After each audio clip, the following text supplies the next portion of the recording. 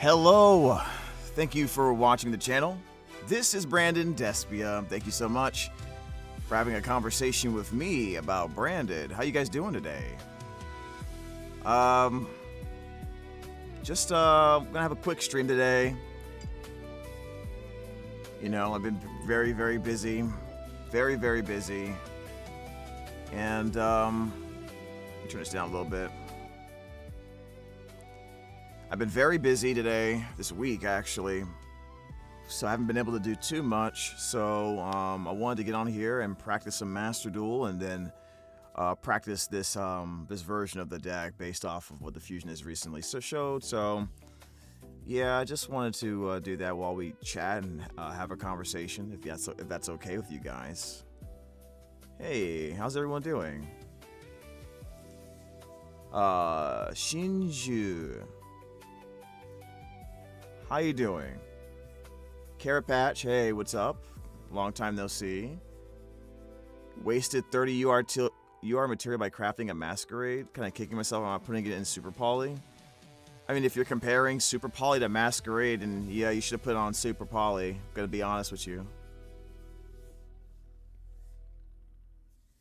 Yeah, no one's really using Masquerade right now, if I'm gonna be legit on you, you know what I mean? So, trying the new deck built from the video. Yeah, I've already made it. I've already made it IRL. Actually, give me a second here. Lower this a little bit. I've already made the deck IRL and been playtesting it in my free time. So the way you see the way the deck is built is based on cards I actually own. I actually would like to try a version that has the 3 Pharah and the 3 pot of Sloth, but you can definitely run it without it for sure. So it's kind of like a cheaper version of what he built there. Don't know what to play if Branded gets hit too bad in the TCG. I'm gonna be honest with you guys. I don't think Brand's gonna get hit too much at all, if at all, honestly. Is there a Branded FTK? No, there isn't.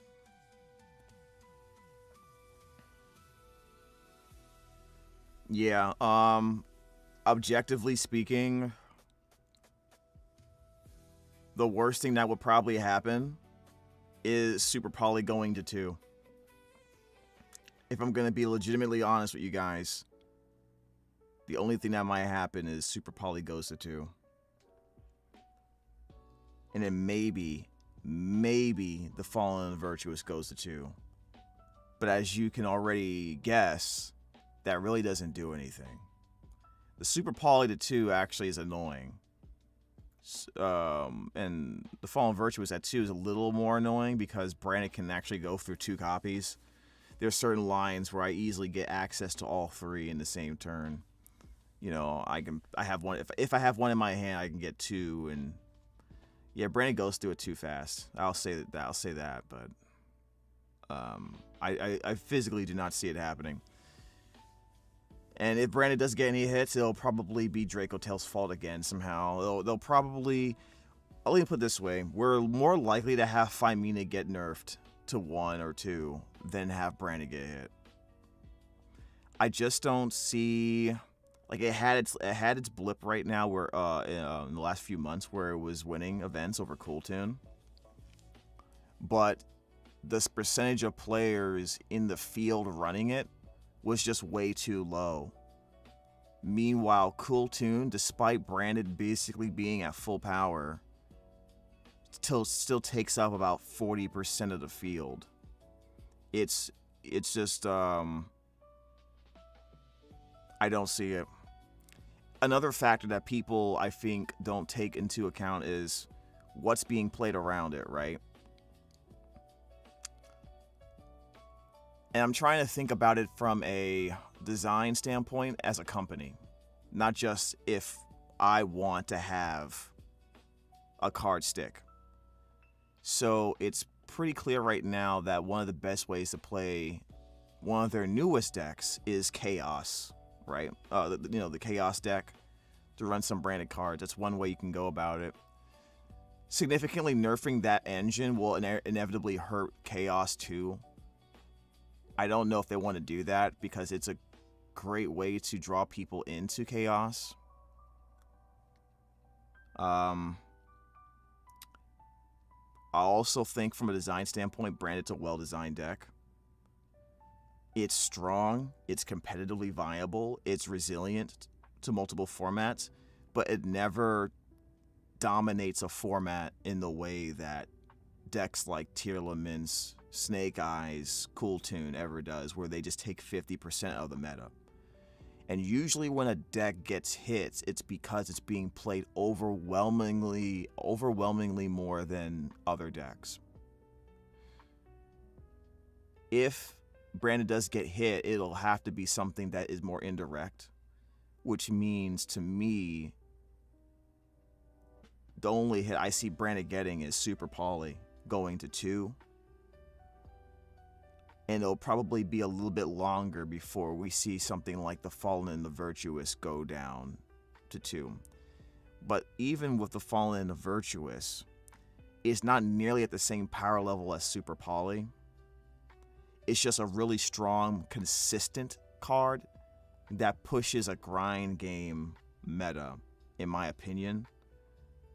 And just because a card is seen a lot doesn't mean it's a card that needs to get hit.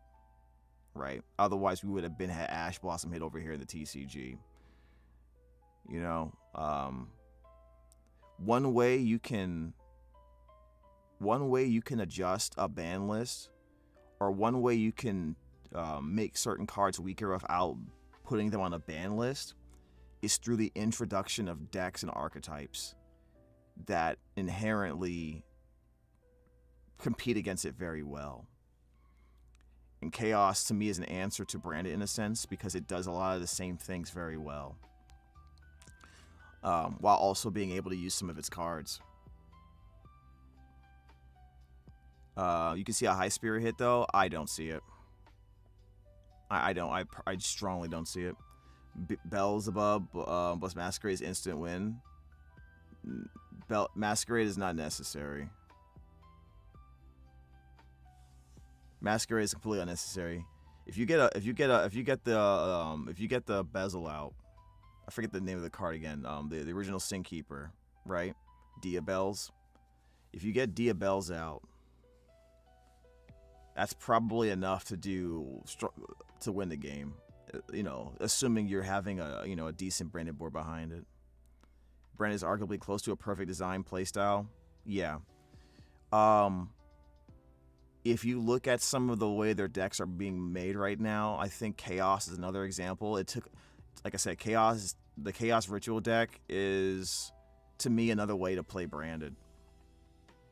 If you want to be, if I'm going to be serious, it feels like a Branded deck in design. Another deck that plays differently, but feels like they took some philosophy from Branded, is the Medius lore cards.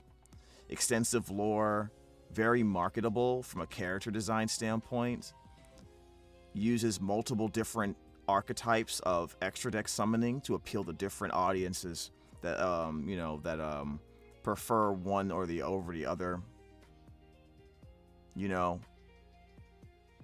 and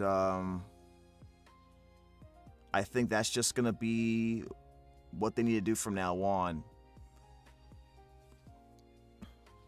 to be completely honest with you guys.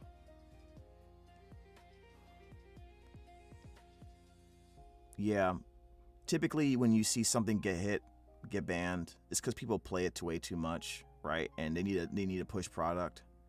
There's not enough. It's really weird too. I think it's because of the way Branded it was designed. It's a very high skill ceiling deck. It naturally pushes people away from playing it. So it never becomes like Tearlaments or Snake Eyes where everyone and their mother is playing it, which means they're not selling a lot of other things. They're still selling plenty of other things, but they're still getting people to buy the Branded stuff because of the anime and the structure deck. And with cards like the Fallen and Virtuous, for example, right? People will buy the structure deck to get the Fallen and the Virtuous, but they'll still be willing to play other decks. Just put the Fallen and the Virtuous in there. You see what I mean? And then they still have to get Ecclesian the Dark Dragon. They have to buy that too. So they're still selling lots of Branded stuff, but they're getting a lot of people to still play other decks, but also having to spend $90 probably from the branded lore, at least. So there's a good balance of marketability, playability, and I mean, while still not taking a huge chunk of the meta as a whole deck. It's the pure deck anyways. Albaz is the Pikachu of Yu-Gi-Oh! I thought Yugi was the Yugi of Yu-Gi-Oh! You know what I mean? Jesse just posted. I knew it. I knew he did. I mean, I knew he would. I was thinking about it today. I was going to say it today, actually, GT. But, guys, prepare for Jesse Kotton to win another YCS. Because of this card. Prepare for it. All right. Prepare for this deck for Dracotail to win another YCS, right? Basically, as it's not really Dracotail, it's more like branded, and then okay, so this is why this version of the deck is really, really good. Okay. So one of the weaknesses that branded has is that it does require a good amount of bricks. Right? At least 5 for the pure variant. It's still, as good as it is one of the things that is held back. To the point where people are even dropping cards like Mercurier, the Golden Sword Soul, for example. Some decks don't even want to run the branded sword despite their utility, because at the end of the day, they're still bricks. And for every brick you have to run, that's one less hand trap, one less board breaker, one less consistency piece to your main engine you're not able to run while maintaining a 40-42 card deck list. What Dracotail does, one of the reasons why Dracotail will always be one of the best secondary engine to brand it, is because every single card is not a brick for the most part. Except for maybe like Urgula, I guess. Urgula. This can be normal summoned and do something. This is probably the only other one.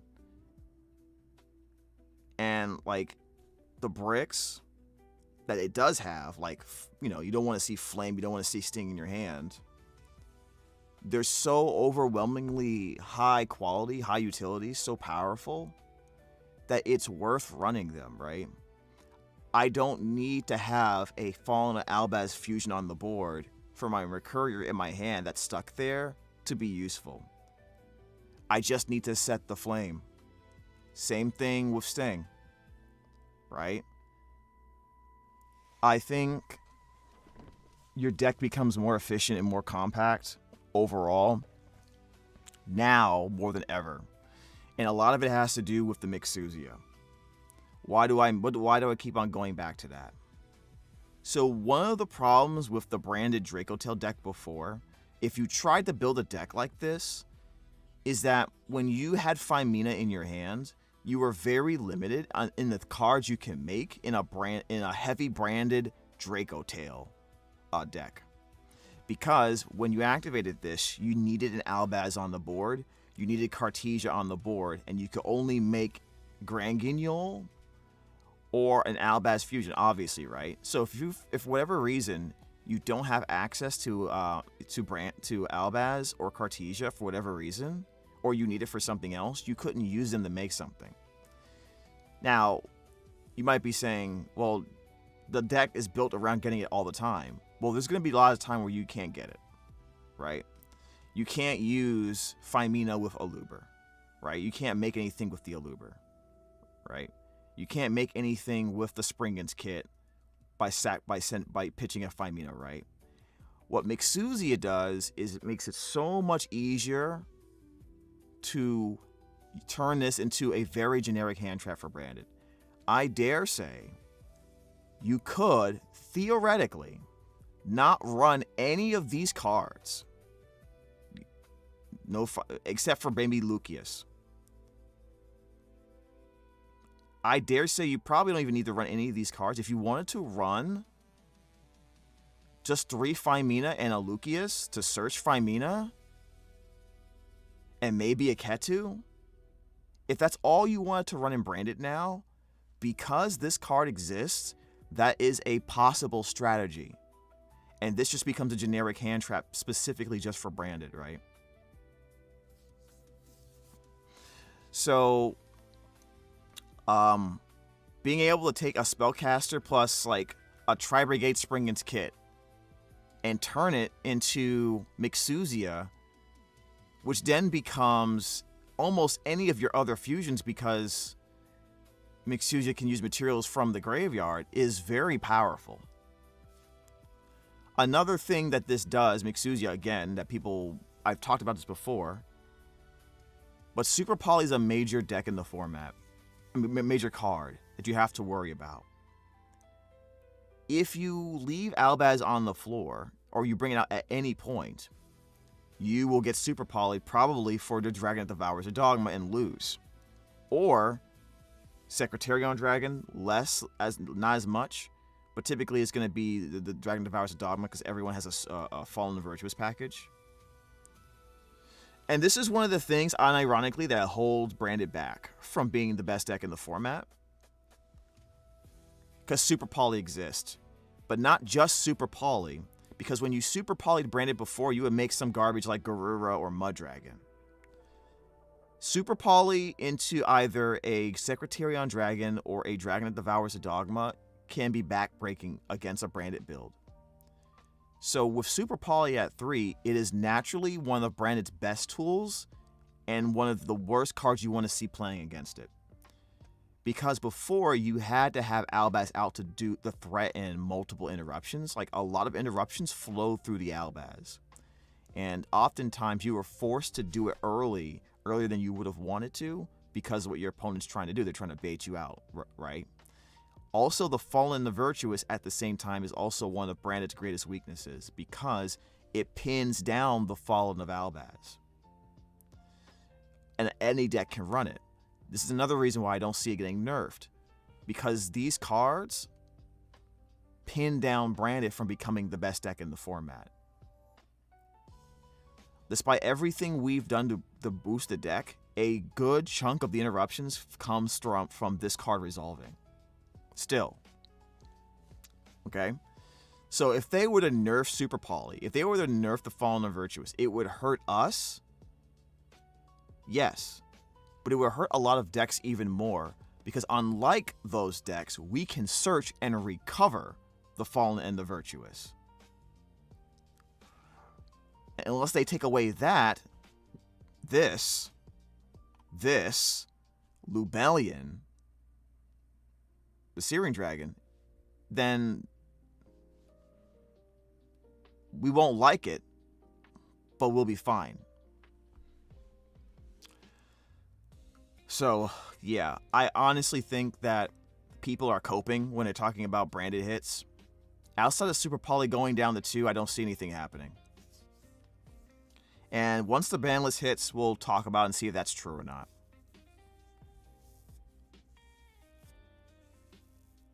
You got that drip? Yeah, man, I really like that design. I thought that maybe a modern take on Albaz would be better. I like this design too. But I thought maybe a more modern take on him would be better because we talk about modern Branded a lot, so it just made sense that he was like that he has like his own city or something. But yeah, I use the Adobe software for everything. I use Adobe Creative Suite. I have a subscription for that, which is how I'm able to make my videos. I use Adobe Premiere, so I wish I didn't have to do that. I spend a lot of money on this software. I don't know, man. I don't like it. Is the new ban list out, or are we speculating? No, it's not out yet.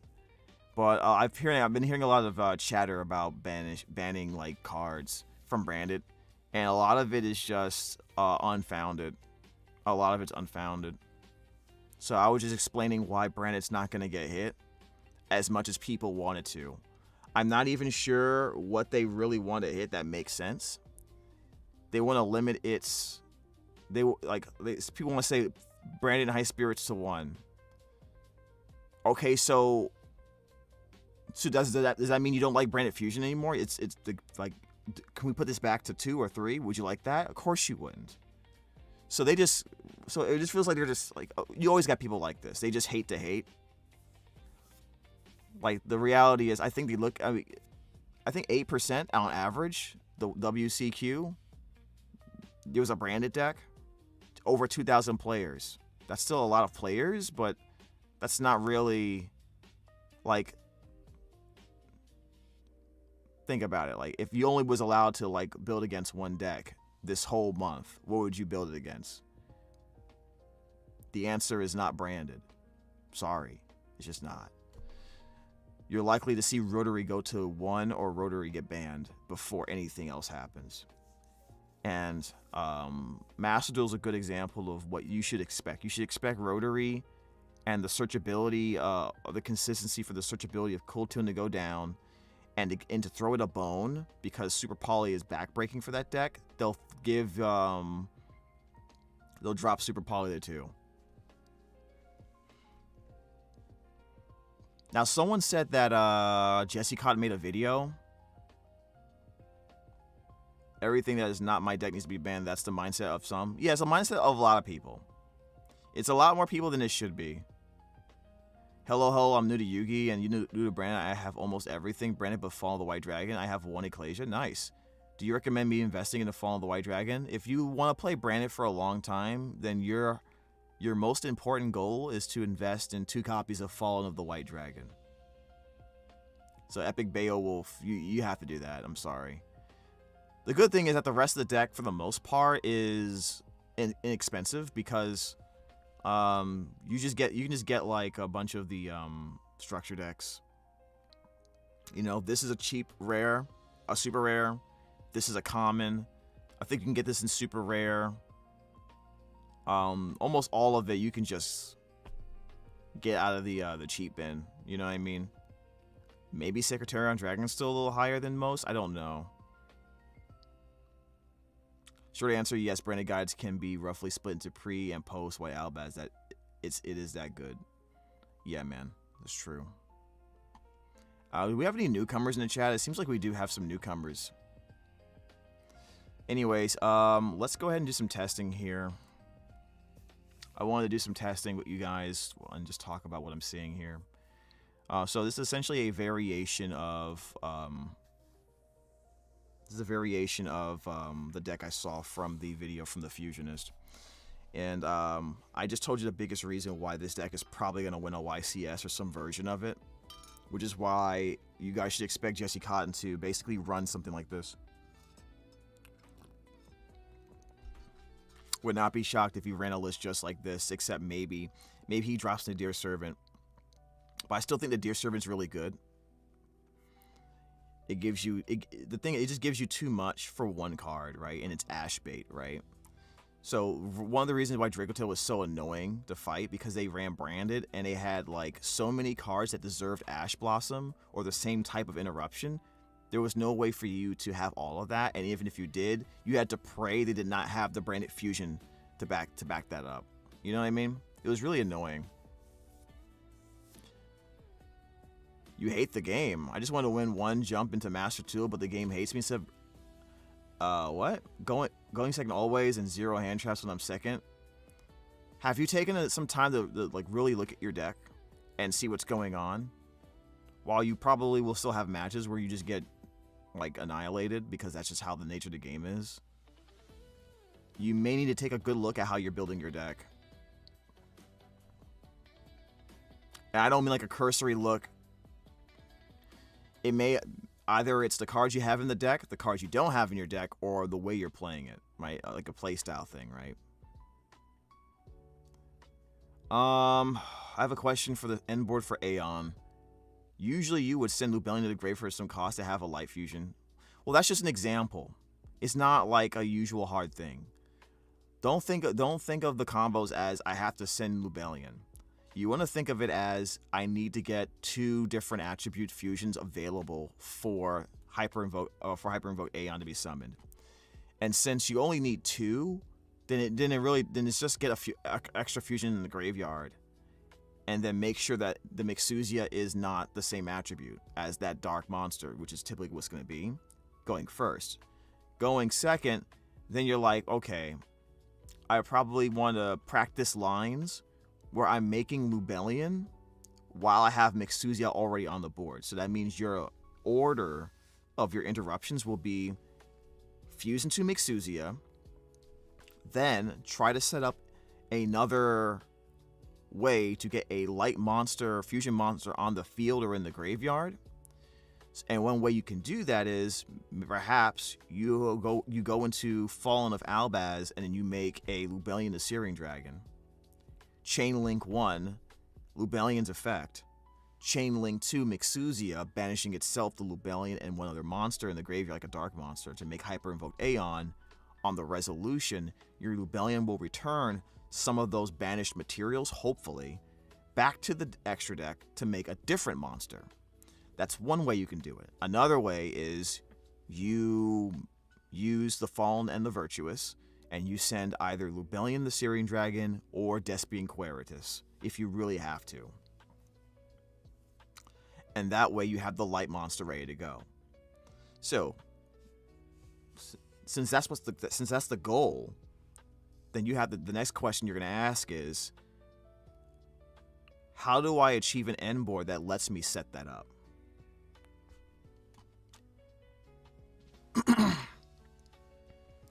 But can you not fuse your Mixuzia into Albaz, into Lubellion on their turn and shuffle back 3 fusion? I think I just mentioned that. Yeah. But you cannot fuse your Mixuzia. Yeah. So it's just so slim. So what you're thinking of is, so again, the moral of this answer is, when you see a combo or a line on YouTube, you're not supposed to view it as like this is the only hard way to do it. Think of it just as an example, and then it's your goal to figure out other ways to achieve the same thing, right? So it's not that you're wrong in a sense. You're not wrong at all. But the person who made the video or the combo isn't wrong either. They just wanted to show you one example, right? My question is in regards of, in afraid to invest into Fallen the White Dragon if it's a possible ban. No, it's not going to get banned.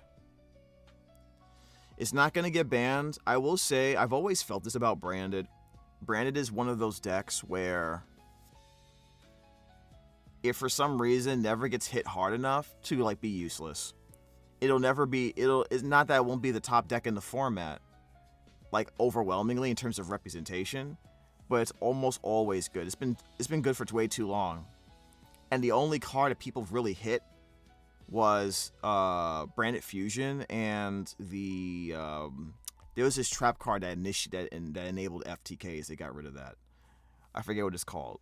Outside of that, everything about Branded's been pretty much fine. So there's a good bet that you'll be fine with 2 Fallen the White Dragon.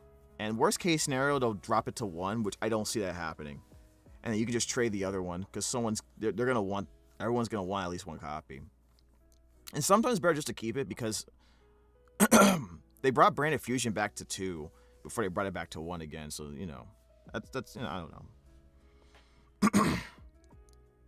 I know, bro, I'm aware of the deck building, but feels like I was scripted. Can you make your voice higher? Yeah, I can do that. I'm having some, I think it's my voice. I'm having, I don't know what the word is. When, your voice feels tired, like it needs rest, like vocal rest or something. I'm gonna bring the mic closer for you. That should be a lot better. Is the music too high? No, it couldn't be too high, right? It couldn't be too high, right? Yeah, okay. Same idea when doing a full Albaz combo. If you have a free extra level 4, you don't have to always use the Golden Sword Soul and a new kid. You can always save those for follow-up terms. Yeah, that's a good point. it seems to be the way people are trying to avoid running extra bricks is by just when you don't run those extra cards for the 1-card combo, what you are saying is I'm willing to not have a more efficient combo as long if I can take out more bricks, right? That's also another reason why Kakatorum isn't being played as much right now. It's dropping in usage, even though it was like a little blip for it going up. People are dropping Mercurier now. That's just the reality of it. So the question is, what are you replacing that with in your deck? More than anything else, right? And it needs to be a really good reason. So like for me, look at this deck. I don't have the Golden Sword, so I don't have Mercurier. I'm replacing it with high impact Dracotail cards. That makes sense to me, right? You can save those for potential follow-up turns. Well, I actually use the kit a lot in my turn 1 plays. Actually, let me play. Let me practice some combos here. So I thought about Cypher and return Golden back to grave on their turn. You can do that. Yeah, I've done that in Master Duel, I believe. But once some of these other cards come out, I don't think I'll be doing that. I think it's just higher power level to do the other things. Voice and music sound fine. Okay, that's what I thought. I run 3 Ass Blossom, 1 Crossout, 1 Call by the Grave. Do you think it's a good call? I mean, that's a good combination of cards. Nothing wrong with that.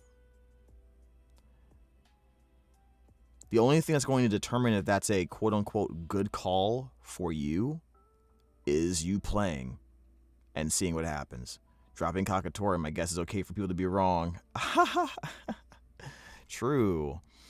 Yeah, I still like that card a lot. If I'm doing pure brand, I'm still gonna run that card with Mercurier. I just like Mercurier too much. I think it's still very much a very important card to have. All right, so this is an interesting hand, right? So I have the Flame in my hand, so we could.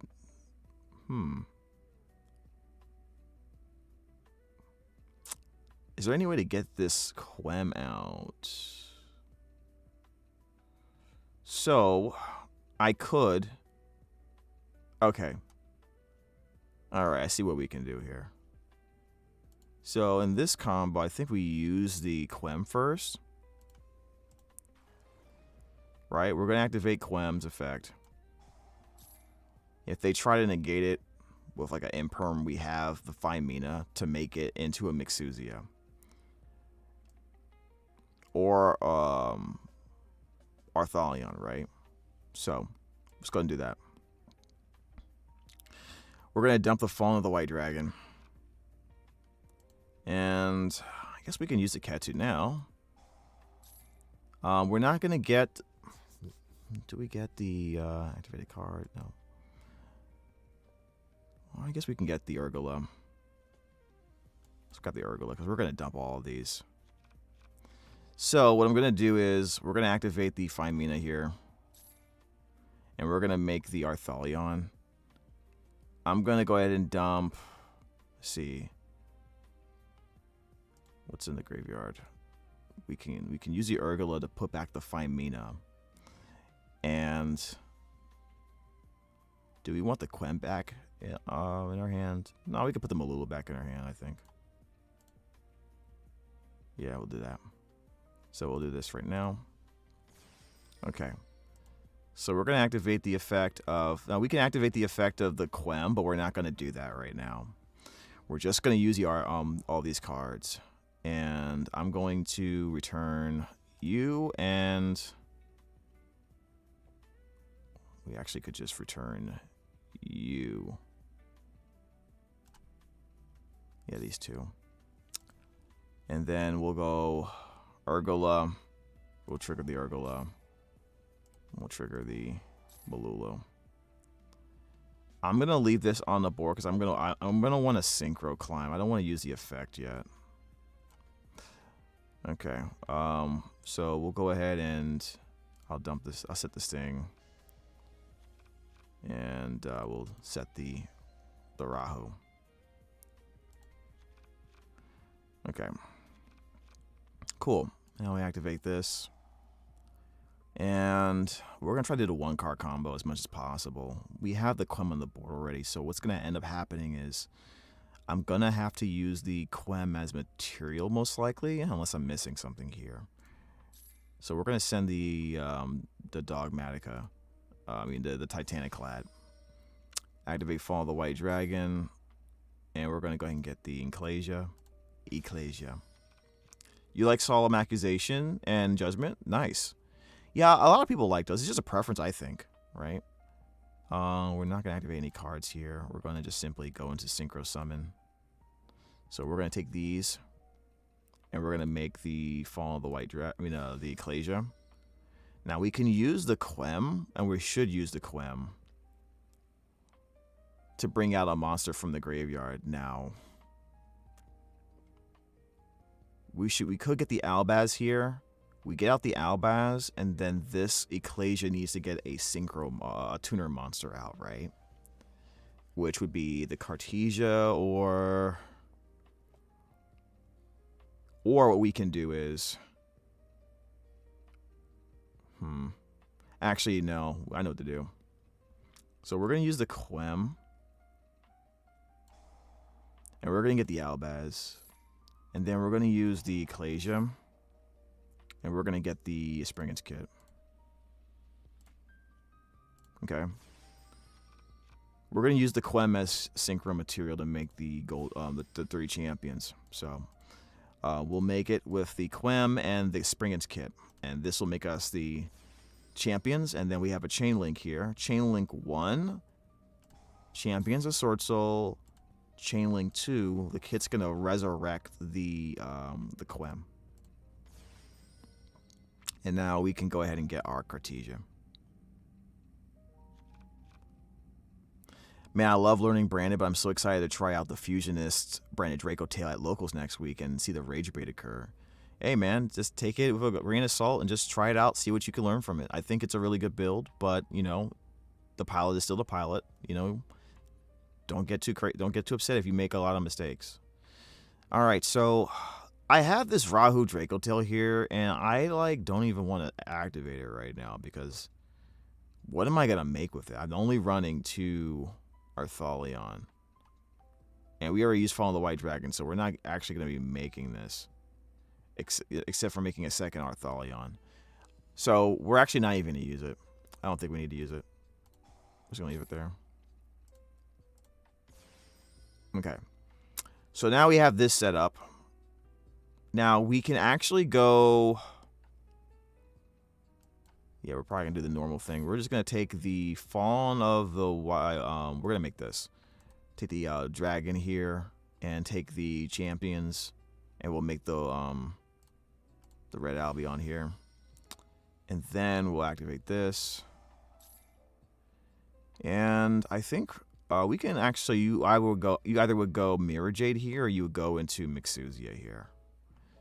So, because we have the Earth Arthalion here already, we're going to be able to make a 3 material Aeon for sure. Right? We're going to be able to do that. We can also do a 4 material now. We can actually set that up. So, let's go do that. I'm going to go ahead and banish the Champions of Sword Soul. And I'm going to banish the kit. I'm going to banish the kit because I want Albaz in the graveyard. I really, really do. So. Alright. Activate this. And we'll change your attribute to Divine. We'll set the Dracotail Flame. We should have an Ecclesia in the graveyard, right? Yeah, we do. Alright, let's go to the end phase. I think that's all we have to do. Let's go ahead and add this Ecclesia back to our hand. Then we're going to use the Titanic Clad to get the Ecclesia on, the Dogmatica Ecclesia on the board. Activate its effect, and we're going to get the Fallen of Virtuous. I'm pretty sure you guys seen this before, this setup. Fallen of Virtuous. We're going to dump you, and we're going to kill you. Get that off the board. We'll put this on the field. Then we'll go Dogma Dragon. If we had Mercurier, we would get Mercurier here, obviously. And then we'll set the... now, we can set the Fallen and the Virtuous, or we can set the Retribution. Let's look at my graveyard. We have 3 fusion monsters. So we still have a fusion monster to fuse with the Mixuzia to make Hyper Invoked Aeon. And still have enough for the Retribution to return 2 monsters. So I'm going to go ahead and set this card. So let's look at what we have here. What do we have available? We have the Flame. We had the Flame already in our hand, but we got the Sting. We have Rahu here, which didn't get used because it didn't make sense for me to use it. We have the Retribution. We have Ecclesia to get us whatever we want to, including OG Albaz. Since we don't have the Fallen and Virtuous, it's more likely that this Ecclesia has to get the OG Albaz on the board. So maybe in some situations, if you want to be like, hey, I don't want this to be the only way I can get access to Albaz, because if they stop it, I can't get Albaz on the field, right? Unless this Quem goes off, but as you can see, there's not like room, which limits the timing of when I can just decide to do it. Then I would set the Fallen and the Virtuous to dump the Rinbrum, okay? But because I have the Femina in my hands, along with Mixuzia and Cartesia, you can almost do whatever you want. You're almost freestyling at this point, which is really insane. You could hold a lot with this board to see what your opponent does, because they can't board break you. They're very likely to not board break you with like an evenly matched or a droplet or something like that. Well, evenly matched actually is different, I mean, but droplet, I mean, because you have the Dracotail Flame. So you literally just hold this for the random ass droplet or the Fallen and the Virtuous, and that's it. And Sting is really great over Horn, because all the main decks that we have to fight against right now, they want to use their graveyard. So Sting taking out like the Skull Archfiend of Chaos, right? Taking out the removing the Chaos Ritual spell, which they typically run at 1. That's bonkers. That you probably win the game off of that, because then all you have to do is just hold your Fav for the Mind Shuffle, right? But the problem is going second because you don't play Ash. So Branded doesn't need to run Ash Blossom. One of the constraints when deck building with Branded that you, as a new player, might want to consider is that, I mean, you can still run Ash Blossom, but typically your hand traps, the hand traps you use in Branded, are limited primarily by its synergy with Branded and High Spirits. Which means you run Spellcasters, you run Dragons, you run Winged Beasts, you run Beasts. If there's a Beast hand trap that I don't, know about, that's really good right now. That's just typically what you have to do. We run Bystials, because you really want High Spirits, which is your most powerful card, one of your most powerful cards, to resolve. And you want to limit the kind of hands where you have High Spirits but no monster with the right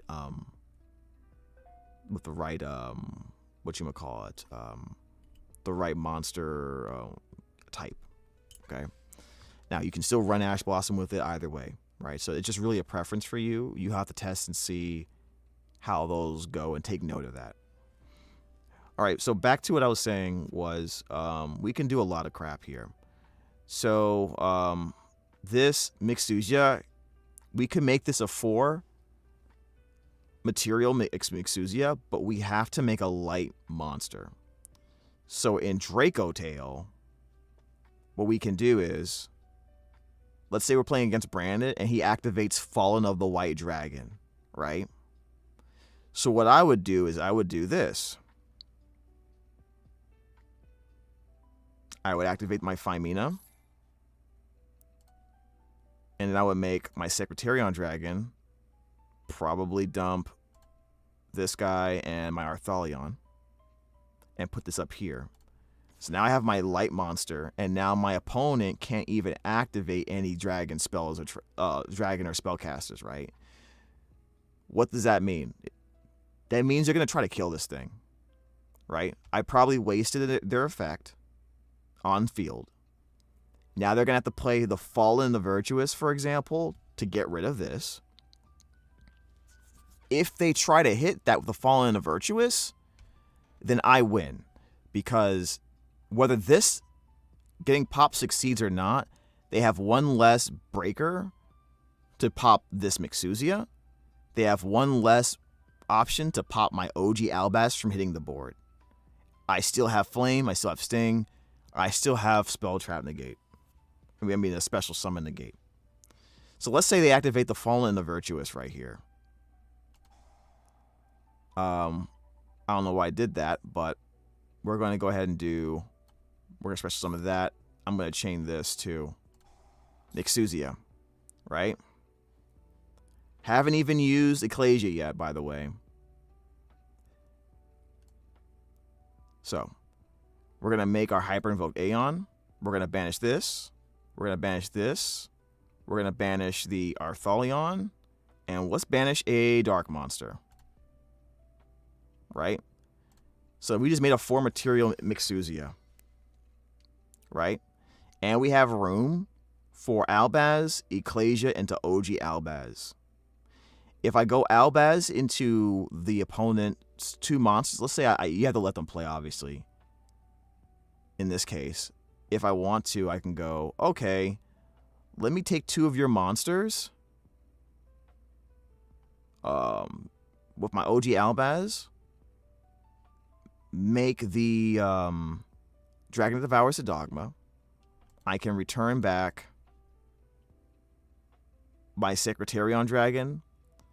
I can return back my Mixuzia. I can return back the kit, which for me, it would probably be the kit and probably the Secretarion Dragon, right? 'Cause if I'm playing against Branded, right? If I want to get this back later, I'll try. Right? So now, by bringing this back to the deck,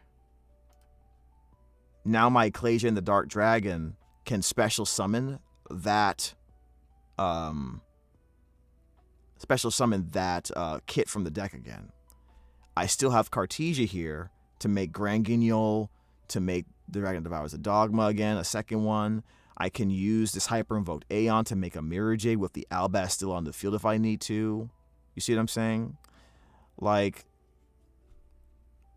this is absolutely insane. This is something that's very easy. It's very easy to do. I love stuff like this. I love boards that let me basically choose my own adventure. Does that make sense? Right? Because it's not always completely obvious what I'm trying to do when I make a board like this, right? Because there isn't any, like, hard line direction I can go. Like, most great boards have that, to be honest. This Aeon doesn't have to stay on the board, by the way. It already did its effect.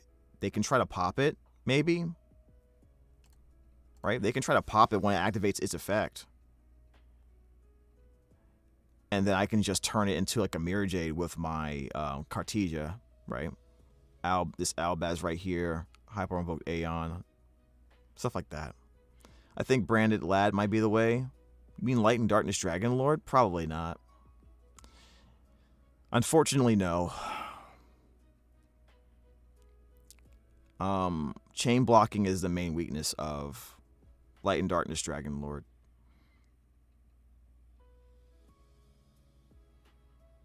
Unfortunately. I like that card a lot.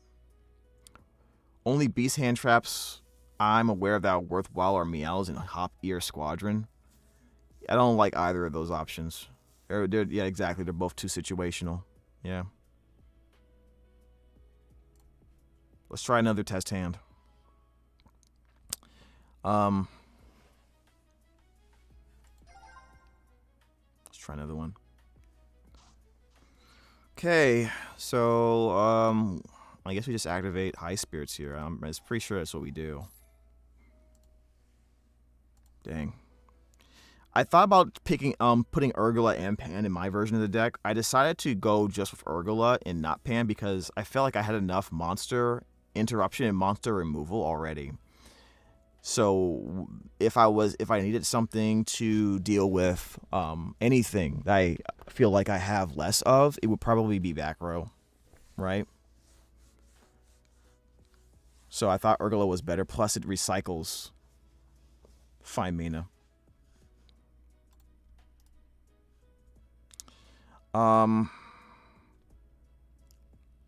We can dump the Titanic Cloud here. And then we'll add to our hand the Fall of the White Dragon. Yeah, because Rank sends Skull full combo. Yeah, it's kind of crazy. Alright, so we'll go ahead and just go to the main phase here. And this is basically the 1-card combo again. But not as wacky. So in this case, I can still make the Lubellion, the Albion the Branded Dragon in the normal combo. I can also send the Dragon Devour as the Dogma. And then make the Albion the other way, which is also viable. Because it'll already be in the graveyard. I don't have to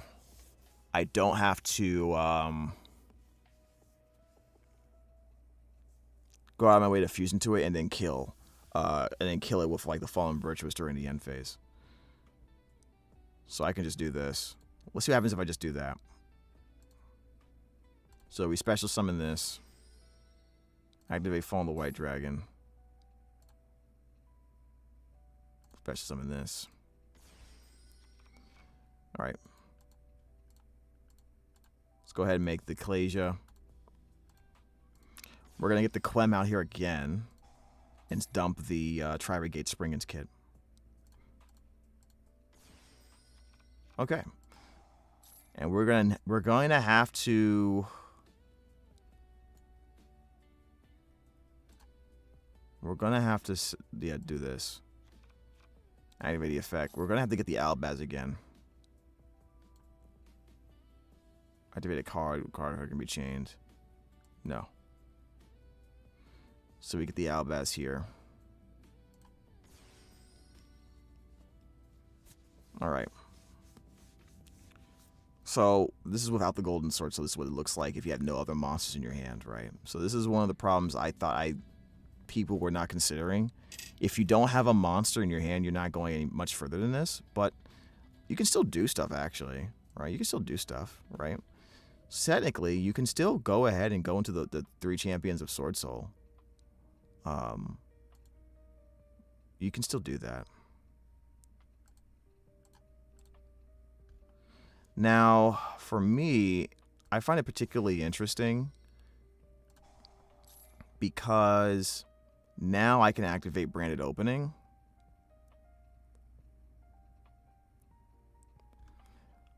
And get a Luber, and then get a Luber into, like, just grab, like, I don't know, the Fallen of Virtuous or something. I can do that. And the Dear Servant, I can get the Dogmatic Ecclesia if I want to, but we're not going to use it today. Alright, just go ahead and grab one of these cards. So we can get the Cartesia here, but if we get Cartesia here, all we have is Grand Guignol, which is still good. But the thing is, we already have 2 fusion monsters in the graveyard. We probably don't need to do too much more than that. So we're going to go ahead and just get the Cartesia. Alright, we'll activate this and get it on the field. So we can still go to Grand Guignol. If we were doing pure branded, this would be Grand Guignol. That'd still be pretty solid. We have a branded opening here. I'll go ahead and dump that second copy of High Spirits. We'll get the Aluber here, special summon. And I'm going to activate this. And, they try to impermanent or something, which would be really silly. That's probably not going to be something that happens here, right? Because they would have been used imperm earlier in the combo. But I'm not going to go into Grand Guignol. I'm actually going to go into Mixuzia again. And I'm going to take this and get rid of them. And now we can go grab Fallen Virtuous. That means we can set the Retribution, basically.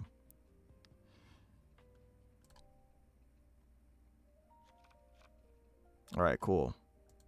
Let's go ahead and set this. If I don't set Nadir Servant, we should be fine. Right? Yeah, we should be fine. So I'm not even going to set this. What happens during the... Oh, that's right. I need to change this effect. Change this attribute, I mean. There we go. Let's go to end phase. All right, so... I'll just do this anyway. We'll go ahead and grab... You. We'll put the Dogmatic Ecclesia here, and we'll grab a free Fallen Virtuous for next turn.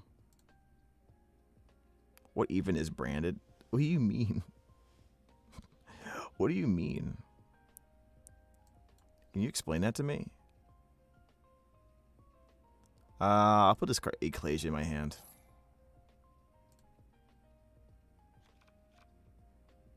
Activate a card. Oh wait, no, that did this. Okay. So it's still a good. It's still a good board, actually. Still a really good board. And you're gonna get the retribution. Right. Okay. So we managed to keep the Albaz in the graveyard instead of being banished. We did that just fine. So we can actually decide if you want to, guys. Just say, hey, guys, I don't want to put Albaz on the board, or I don't want to go into the Mixuzia Hyper Invoke Aeon thing, right? You can go, what you can do is say, you know what, let me use Ecclesia first. When they put some monsters on the board, if they stop that, then my backup plan is, you know, Mixuzia, make Mirrorjade, and then still have the Cartesia to turn that into like a Grand Guignol or something like that. We have Fallen Virtuous that can special summon a monster. Plenty of monsters here. This is not bad. There's actually a lot of interruptions here. But again, this one relies a lot on Albaz for a lot of it. Like Albaz steal into Mirrorjade, steal a monster. I mean, banish a monster. Excuse me. Let me read some of the comments. I think Branded Lad might be the way. Yeah, because Grang saying Skull full combo. I think I read that already. I'm not sure what was that in reference to now. I'm close to kicking Merc out to the side. Try it. Nothing wrong with trying it out, man. Nothing wrong with that. Nothing wrong with that, dude. This deck is not only about the end board, but also what you can do a lot while you are playing in your opponent's turn and yours. Yeah. This is why I prefer Mixuzia and Cartesia over the Mirrorjade. If you look at this board, Mirrorjade is already on the board. You just don't know it yet. Right? When I commit to Mirrorjade, it's Mirrorjade, and that's still really good, but Mirrorjade. With Mixuzia, it's Mirrorjade, it's Hyper Invoked Aeon as well. Right? So I get to choose and flex based off of what you do. Because what if I'm playing a deck that doesn't play a lot of monsters? They just play spells and traps. Okay, so my Mirrorjade is nice. Doesn't really help there. You know what I mean? Well, if I'm playing against Sky Striker, right? And they get a bunch of spells in the graveyard. They're clearly trying to set up some stuff with the spells. What is Mirrorjade going to do against that? I can go into Aeon and just banish all three of them things. Or two of them. And then they can't get certain additional effects off their spells. You know, which slows them down in terms of being able to break my board.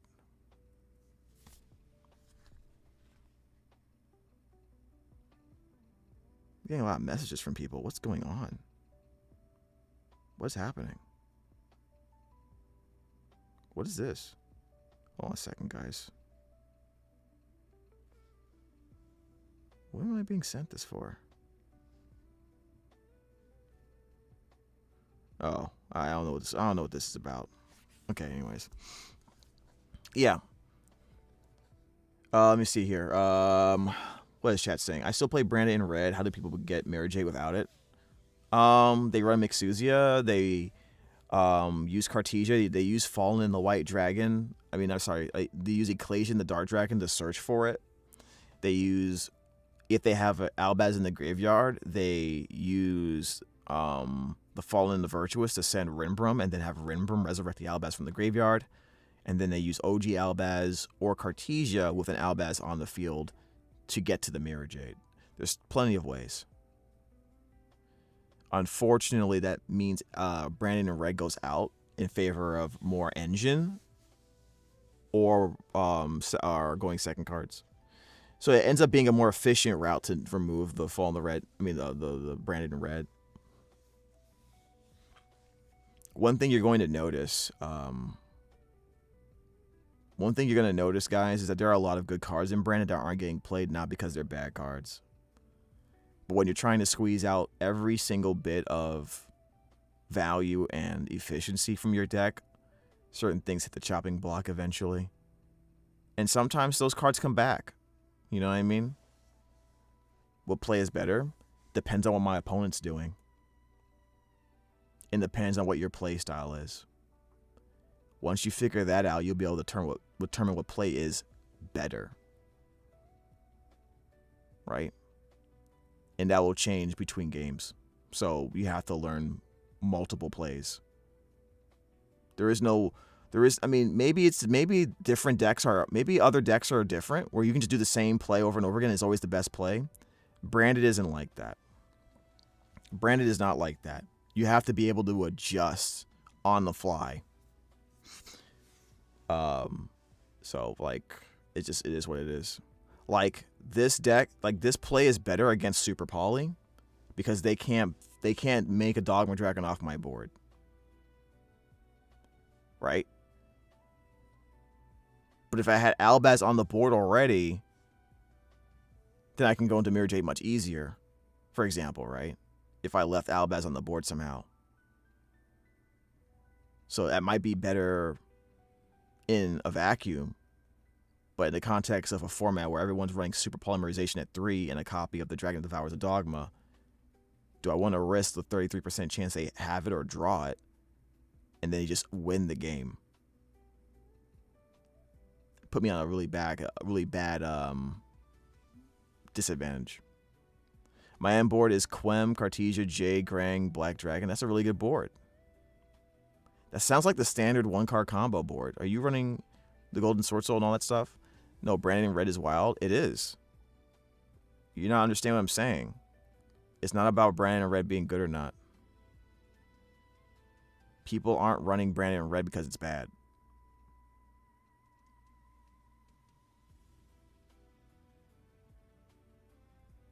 I'm running usually Cartesia for Mirrorjade. Well, I mean, you're using, yeah, you can do that too. You should keep that combo that line you're talking about, but then also look at other lines, because if they interrupt that line, you need to be able to pivot and not take like 5 minutes thinking about it.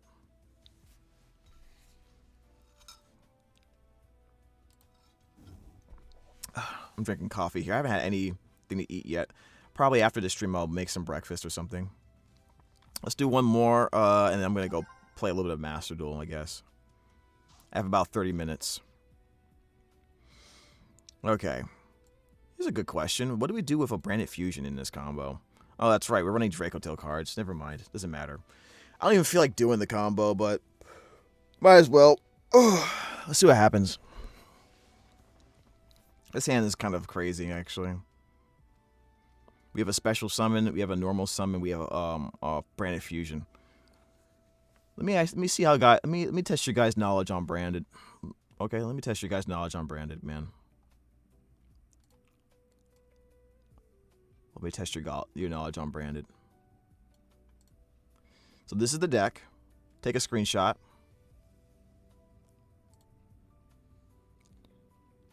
Look at my hand. What card do you play first? What card do you play second? What card do you play third? Assuming your opponent has an average of 2 hand traps in their deck. Some of you guys are probably rolling your eyes like, "Oh, this is super easy." Okay, then answer the question. We have an Aluber, we have Fallen the White Dragon, we have Branded Fusion. What order would you do this? Knowing you have to play through 2 hand traps.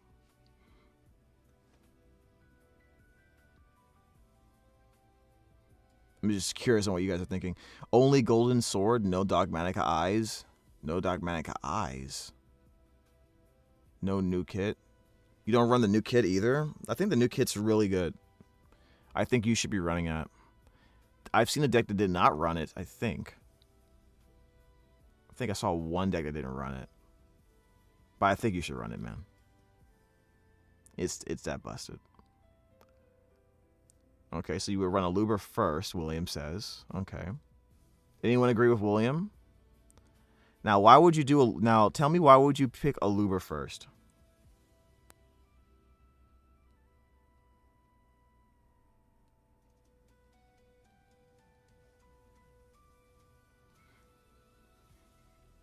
I don't think you're wrong.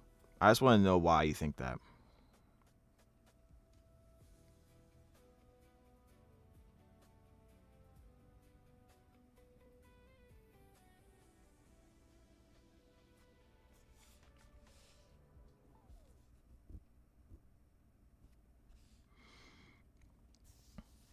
One, two, three. Now, because we have the Dracotail cards, this Branded Fusion is going to pop off like crazy. Absolutely crazy. But I think with this deck, the Branded Fusion is going to really only make the red Albion, to be honest. Now I think about it. We're not running the... instead of Secretarion Dragon, we could theoretically run... actually, we could just run one Arthalion and run a Albion the Sanctifier Dragon for Branded Fusion line. Aluber first, then Walbaz, then Brafu. Aluber to search Fav if not stopped.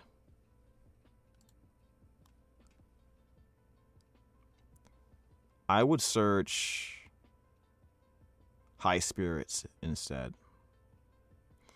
But I know why you would do that.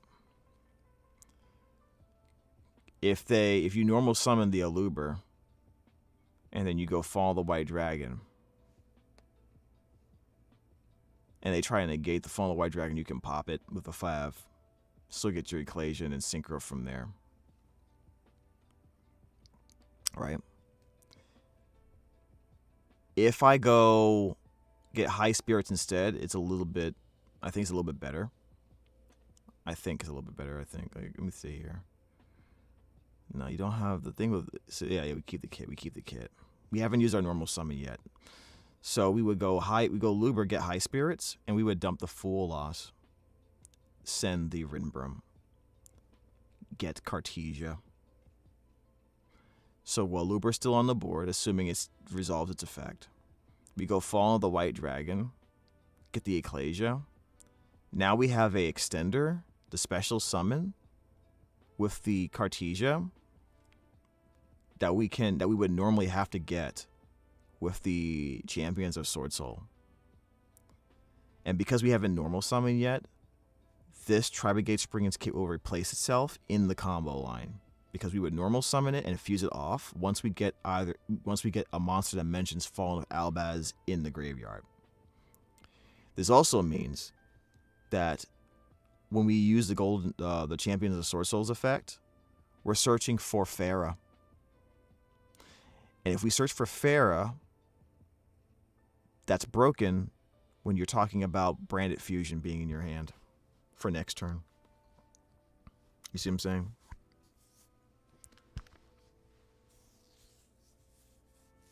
Fav would force Ash on Walbaz if they don't use it on Luber saving Brafu. That's also a possibility, yeah. So you go a Luber, you search. They'd assume you're searching. Yeah, in my experience, I will say, like, when I go a Luber, if they don't have Imperm Veiler, they don't Ash. Because they have to save it for the Brafu, they have to save it for your Walbaz. That's more important. They have to save it for your High Spirits. So maybe they let that rock. What do you guys think? Because they don't know you have the Fall of the White Dragon, right? So it's definitely not. I don't think you should go Fall of the White Dragon first, because you want them to think. You want the possibility of them thinking the Aluber needs to give you access to Fallen of Albaz. So they may hit the card that the Aluber searches. So if I get High Spirits, then they're more likely to ash the High Spirits than the Fallen of the White Dragon, I guess, too. Interesting. Hi, may I ask a question? Why are people not really using Branded Banishment? Well, you probably see a lot more in Master Duel. Right now, Branded has enough interruptions in their cards to not force a brick, because that's what Branded Banishment is. It's a good card, though. But they are at a position right now with Branded where you don't have to run it in order to get your 7, 8 interruptions. Your 6 to 8 interruptions, right? Off of your your basic combos. So that means you don't have to run those bricks. Again, it's another one of those situations like Branded and Red where they're really good cards, but both of those cards require you already playing, number one. So in a vacuum, they don't do anything by itself. Which you can make a deck in a way to where that matters less, but it will always matter. So, but again, this is another situation where Brandon has a lot of fun cards and good cards, really good cards that we are just not running. You know what I mean? Because the main deck is almost as tightly packed as it's going to get. Also, Dogmatica locks the extra deck, so what's the point in having her? Oh, it's all about order of operations. You've been seeing a lot of Nadir Servant, right? And the Dogmatica Ecclesia. There's a huge amount of advantage that engine helps give Branded, right? Easier access to not Fallen the White Dragon, the Fallen and Virtuous with the Dogmatica Ecclesia, right? When you use Nadir Servant, you get a lot of value off of that. You typically don't ever activate those cards early unless you don't have a choice. And sometimes you'll be playing against people who will save all their hand traps for your Branded Fusion, your Fallen of the White Dragon, your Aluber, etc. When it comes to Branded, at the most basic level, you want access to Quem, Cartesia, and Albaz somewhere on the field or in the graveyard, and you want at least 1, 2 preferably fusions in the graveyard, because they're going to be triggering effects. That's like the most basic level of what a Branded deck is, right? Of what a Branded deck wants to do. And the Nadir Servant does that essentially by itself. So that's why it's a really good card, despite the extra deck lock restriction. So it's something you have to play around. It's actually despite the card being really strong, it is technically, in a sense, a weakness for Branded, because you can't just flow in and out of the Nadir Servant engine into the Branded Fusion engine whenever you want. You pretty much have to go from Fallen engine, the Fallen of the White Dragon engine. That doesn't work. Okay, now we go to the Branded Fusion, the Despia engine. Aluber, Branded Fusion, opening. Okay, that doesn't work. Okay, now we go to the Dogmatica engine, right? Because every time we go to a different engine, we're locking ourselves out. But they all have good value that once your opponent's turn starts and your turn ends, where all those locks are gone, now you're going to go crazy, because you just gain so much advantage. That's why I always tell people, if you want to stop Branded, the board isn't even 50% of what you have to be worried about. It's the graveyard and then what they do during the end phase. It's more important to cripple that against Branded than what's on the field most of the time. Always try to play where they use hand traps on the less than ideal targets. Exactly. Don't show your hand too early. Exactly. All right. You don't want them to know you have Fallen of the White Dragon in your hand if you can help it, until you have to use it, right? So Aluber still has the reputation of being a very strong target for like your Ash, your Imperm Veiler. So do that first. And now they have to use their second hand trap on Fallen of the White Dragon. You know what I mean? Sorry for the back-to-back many questions for the TCG ban list next month for Branded Despia. What do you expect? Worst case scenario? Super Poly to 2, and that's it. Genuinely, guys, I don't expect anything to happen to Branded except for Super Poly maybe going to 2. Because they're definitely going to hit Cool Tune.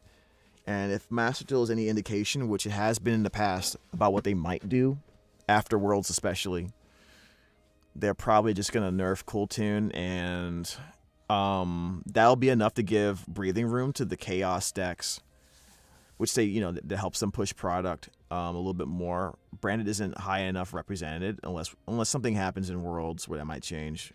That could be possible. But I see the worst case scenario for me is they limit, they semi-limit Super Poly and the Fallen and Virtuous. Excuse me. Branded engines are one-way street. It is linear. It is linear in a sense, right? Final question. New Light and Darkness ritual locks me with Mind Shuffle-ish with Dark Magician and Chaos. What is the best option at the scenario if you don't have Super Poly? Let me get out of here. Let me do this real quick. Let's pull up the Light and Darkness ritual deck, actually.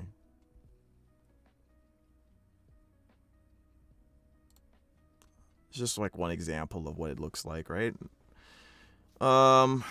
So this is not like the way most people play it. I'm just showing you, like, I just want to get some of the cards on the screen. Okay, so you said the new Light and Darkness ritual deck locks you? What do you mean locks you? Do you mean like just doesn't let you play the game? Is that what you mean? And the Dark Magician of Chaos.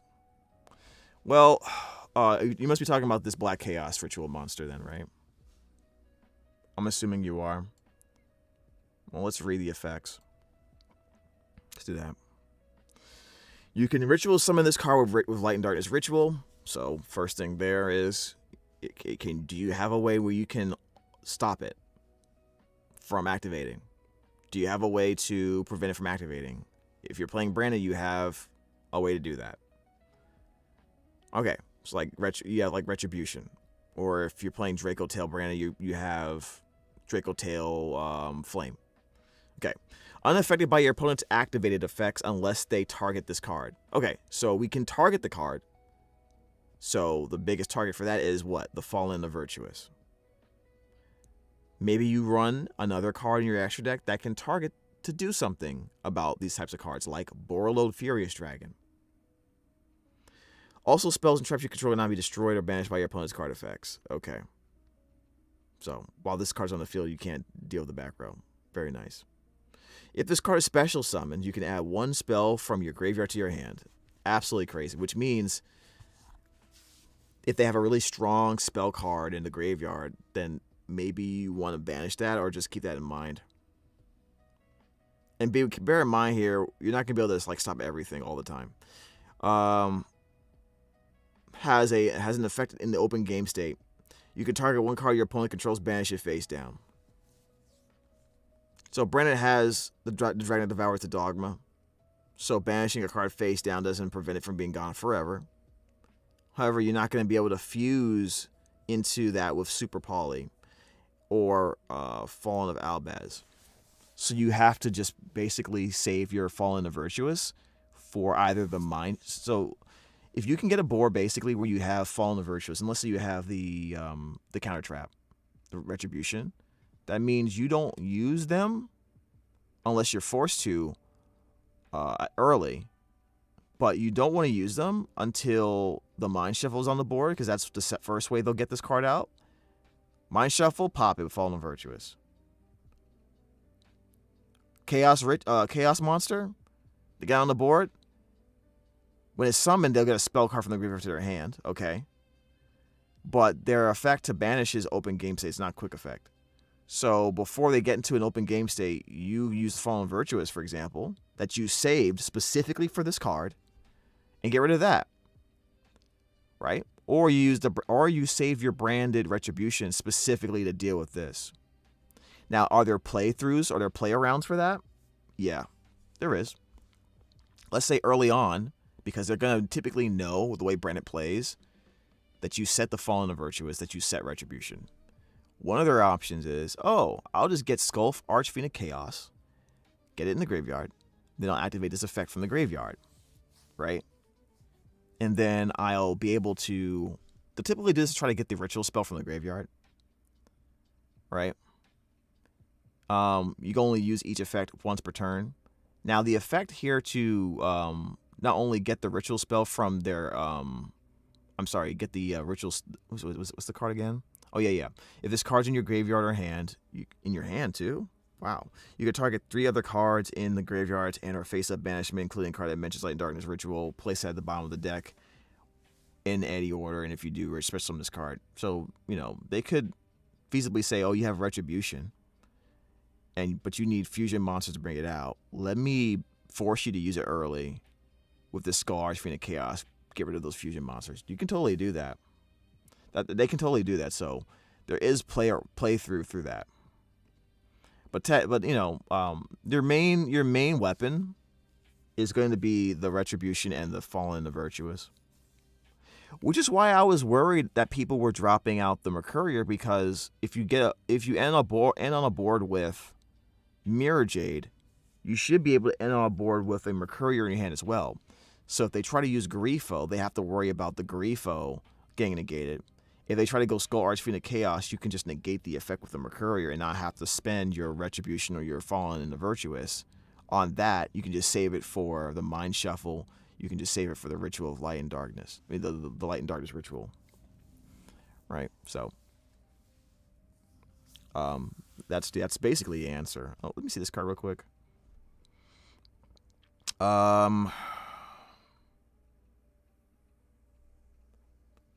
While you have a ritual spell in your graveyard, this card is unaffected by your opponent's card activated effects.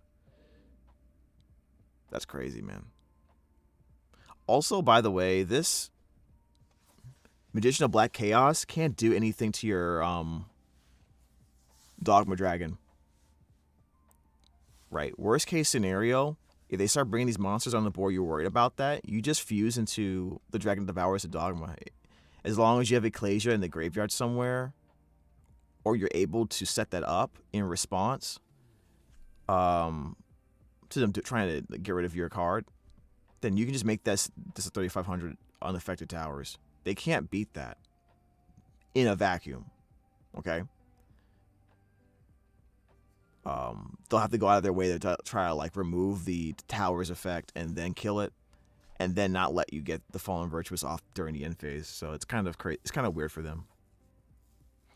Which is why this thing right here is kind of annoying, because they can just remove the Ecclesias from the graveyard.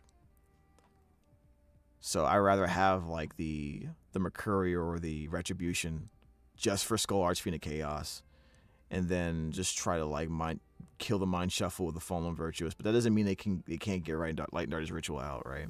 So that's kind of it's just kind of what it is.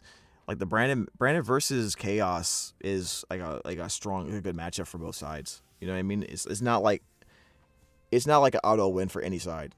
They play well against Branded. Branded can play well against them too, depending on their build. And Ritual, Lad Ritual can use the or what do they call it? Roll Lad? Yeah, Roll Lad. They also can use Branded cards too, so they can match the grind game. Yeah, I can't destroy Black Chaos or Mind Shuffle since they protect each other. It depends on how you're setting up and how they're setting this up too. By the way, yeah. Another way you can get rid of them is with Kaijus. By the way, I'm sure you've seen a lot of people run Lava Golems, right? Typically, it's either Lava Golem, Sphere Mode, which I don't think I like against that deck because they don't have to put out 3 monsters.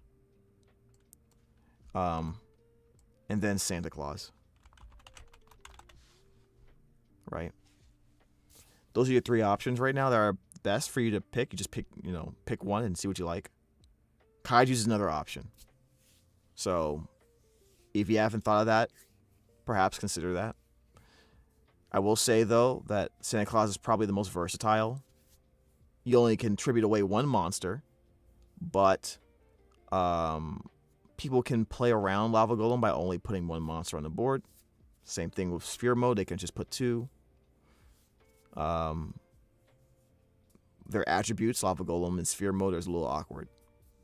But, people still like Lava Golem. Lava Golem also takes away your normal summon, so you gotta be careful about that. So right now, to me, it's a tie between Santa Claus and Lava Golem. So potential play around is to have the second Ecclesia in play to discard for cost when they try. Yeah, exactly. If you are sneaky about it, you can set up having an Ecclesia in your hand that you can send to the graveyard. In response to them trying to get rid of your Ecclesia and depower your Dogma Dragon. That's true. I've done that once before. It was nice. Always niche plays like that come up, exactly. And with Brand, you have to be able to have the foresight to think of those things, even if they are niche, which you only get that with time.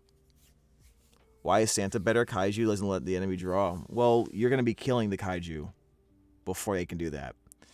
The light attribute Fiend is good for fusion material. You can Kaiju into Santa Claus and then fuse it away with Super Poly or your Albaz and make one of your most commonly made fusions. Fire isn't as easy to fuse away unless they have another light dark monster on their side of the field, which isn't always guaranteed in most matchups. You can't just assume they will have a light and dark all the time. Cool Tune does not have a lot. Can put non-lights, non-darks on the field, for example. Blitzclick can put a lot of earth monsters on the field, so turning one of those to a light monster now means they are vulnerable to a Dogma Dragon, Super Poly, or Albaz summon. Right? So, there's that. I would recommend running both. I would run like 1 or 2 Santa Claus and 1 or 2 Lava Golem, to be honest. Have a balance, my opinion. Have a total of 3 Kaiju-like monsters in your sideboard somewhere. And this mix and match between what you want to do. Lava Golem, no go, I think. Yeah. No. Lava Golem works. Lava Golem works. You just have to resolve yourself and if you use Lava Golem, what you're saying is, I am okay with the fact that occasionally I will put myself in a situation where I cannot use my normal summon, even though I really want to use my normal summon. If you're okay with that, if you're okay with giving that up, then go ahead and run Lava Golem at 3. Because it will happen. Okay? That's just how life is. But if you run Santa Claus, what you're saying is, I'm willing to have more versatility in the amount of summons I can make during this turn, following up a Santa Claus, while occasionally wishing I could tribute 2 monsters instead of 1. Right? So you have to play, you have to build your game plan around that scenario in your head and practice it. John Brandon Despia. What the heck? Who told you my real name? John Brandon Despia. That's crazy, man. John Brandon Despia. I kind of want to play some Master Duel. I don't have much time left. But we can still chat. But I want to just kind of mess around Master Duel just a little bit, if you guys don't mind. Actually, hold on a second. Let me take that back. Let me take that back real quick. I haven't seen this video yet. Playing Invoked on Rated. Hold on a second. Let's see what the branded YouTubers are doing. Hold on a second. Actually, let's see what's going on here. Thank you so much for being here. I'm still here. I'm not going anywhere. Don't worry. What is he doing? It's been so much fun. I've been hoping to get more stream time with you guys. I really enjoy the fact that I can actually talk to you. That's nice. How would you continue the Albaz lore if you had the chance?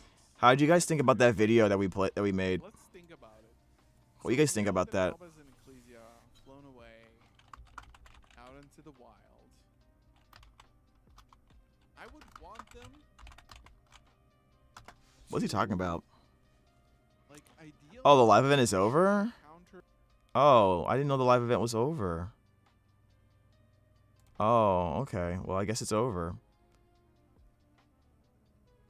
What was he talking about? Just ask me anything. Oh, okay. Cool, cool, cool. Playing Invoked on rated. What's he doing? Who was it? Was it this one? Oh, wait, what? I did actually see that vid with the tier list. It was informative. I'm glad it helped. Here I'm going first. No, it wasn't this one. I will find it. Give me a second. I think it has to be this one. He's playing Invoked, huh? Dueling Book? I was told to try using Dueling Book more to play against people. What do you guys think? So let's see. Because not only he had full combo, he had dash draw. Brandon Despia. Hello. Hey. I kind of want to see this match first, guys. Can we watch this match I'm first? just showcasing how you can beat players under draw. Okay. Let's see. Don't mind me, like I need to know if I have a chance. You guys see that video I posted? This You know, card, reacting if you to think about it, his. is still not the best because it has two Alistair the Invokers. Hold a second. It has an extra Alistair when I have already both. So, like, I was and Alistair do Nexus is better. not enough. But There's so many guys. I don't know what to play the most. You know what I mean? I'm going to need testing partners for my builds, and I don't know which is the preferred format for everybody. by the way, crazy that his one draw was drawn bad, okay? Like, Master Duel does look the sure, best. Yes, but that's true. it's, Doesn't have all the cards I want. So, 2 Scissors, Siegfried, Hunt Negate, Monster Sack, As Draw. Not just That's a lot, not man. Just draw. Albion the Branded. That's what I was saying. I think the deck is going to become really good, not because of the invoked cards, although the new fusion is insane, because of the Endymion cards. I will talk about it later. So I go Meltdown here He doesn't stop it. because Oh, he drills. I don't know, if I started Alistair, maybe I didn't misplay, but I thought he 100% would save that if he knew how Meltdown worked. So I was trying to bait, but Yeah, I was worried about that because now he can't respawn, right?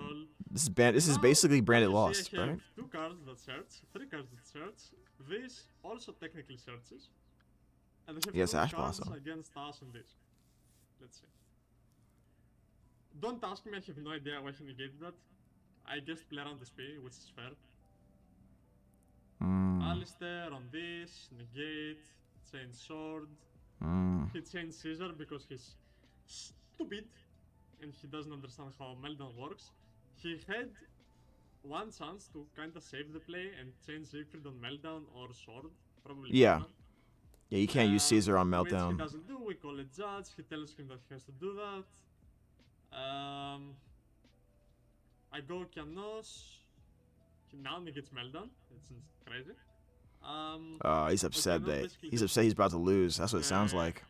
Other interruption that I can. Matt still has roaches. What more can you want? Dang. He pops my Kianos, which That's kinda crazy. sucks for me because I want to go for a spin. I want to see this match real quick. Maybe we're gonna play Master Duel. We have Viracam here, as you see. Viracam versus the world. And the suck. Wait, we might actually have to look at some videos of some decks. I actually forgot about that. Okay. Dang it. Technically, I was playing a matchup where he puts 2 attributes in the graveyard, but give me a break, man. Like I had to break all this. So I'd say I activate Eon. Yeah, he negated Meltdown, so he can't do that. I banish what I think is relevant. I know the matchup because one of my best friends plays it. Okay. The important thing is to get rid of this. Oh, Art Crisis? Yeah, hell Because yeah. if you get rid of this and you get rid of this, they don't have a way to put this in the extra deck, which means they don't have a realistic out to your invoked. He only had the Link 2 left and some Really? cards which don't do anything. So the crisis and then the you have a continuous third class spell. Okay. invocation, which can set up some more interruptions. So you activate invocation. I was considering going for Elysium right here, but I think it would be wrong. So yeah, I use Sora, some probably Veracam. Make a SP on this because I don't want him to get this into the extra deck. Because this is a way to beat me. So we make invoked here with a SP. And now we have the Elysium. What is combo, that? which means that I can make every monster on the board an attribute and then banish Eon instead of Elysium to banish his whole field. And then I still have Elysium with 4k defense. If it lives the next turn, I can also banish his whole field again. And I have guaranteed follow-up with the Alistair combo. What the heck? All this through draw. Yeah. Did you win off of that? Yeah. Crazy? Yeah, that does seem crazy, actually. Wow. So here, I am going against... Alright. We're going to pause here. Alright, guys. Actually, give me a second here. Is there any decks we should be looking at today? Let me see here. I'm going to go to Branded Despia. So I was looking through this to see if there's anything we might want to look at. Let's see. Second place Branded Despia deck profile. Let's take a look at that. Anything else I should be aware of? I don't know. Recently upload. We built Rolad Branded from scratch featuring Yasin. Oh my god, look at this, guys. I'm like third on the thing. Huh. Wow. Yeah, that does look clean. That does look very clean. Albaz with the suit actually is OD. Branded Despia versus Lightning Darkness Ritual. Branded Despia deck profile post. Did I not react to this? Branded Despia Day 2 NAGC deck profile. I don't think I've seen this one. Maybe we did. Have I looked at this one already? Team Solemn Circus? I feel like we haven't. 8 tips for the Rolad matchup. I think I said if you have Mercury in the deck, try to get it in your hand and available to activate against the Grifo. You want to hold. You want Retribution. You want to try to get Retribution and your Fallen Virtuous out. Hold Fav for the Mind Shuffle. Hold Retribution either for the Ritual spell or most likely for the Skull Archfiend of Chaos. When he tries to use its effect to recover cards and special summon back to the field. You know. Fav also is great against their Ritual monsters because they can be targeted. You know what I mean? Unfortunately, if they have My Cheval already, they can dodge. Dogma Dragon's really good in this matchup. They don't have a monster big enough to we're talking about just engine versus engine. Dogma Dragon's really good in this matchup, by the way. I think so. And you just gotta outgrind him. Hey B, are you taking questions? Yeah, I've been talking questions all day.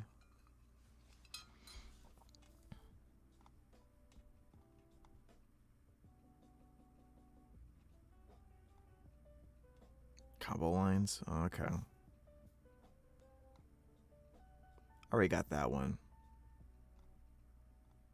What the heck? Oh, wait, hold on. How was this match? Never mind. Frenter asked it. Wait, you saw it? Okay. The way you said it, it sounded like you weren't here for that, but okay. This thumbnail's funny.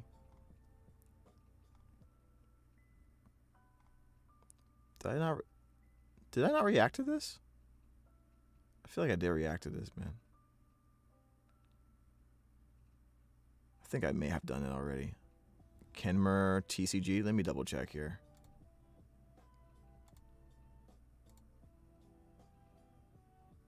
I have not. Okay. You know what, guys? I was gonna play Master Duel, but I think we're gonna spend some time doing these, looking at these deck lists and analyzing them first. It's a little bit more important. So we have this match. I'm not gonna react to that though today. I don't think I can. All right. So we have the Team Solemn Circus. We have this deck list. Dylan Lava. Yeah, we have not reacted to him yet. And this is CGR. Okay. So that's 3 deck lists we can react to. I think that's good. Likely going to be up against it at locals on Saturday. Have you had a chance to look at any matches from the WNACQ or NAWCQ or the European one? Yeah, you want to try to. I think Retribution is really good in this matchup against the Scars, Fiend of Chaos, or the Ritual Spell if you have to do it. I think Fallen Virtues is going to be a major part of this matchup. You got to be able to see if you can use it against the Mind Shuffle before they get that out.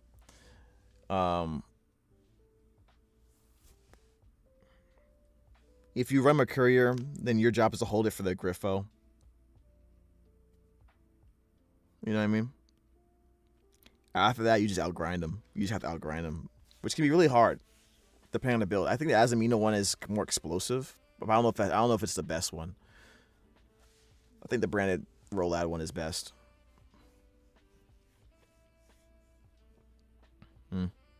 Anyways.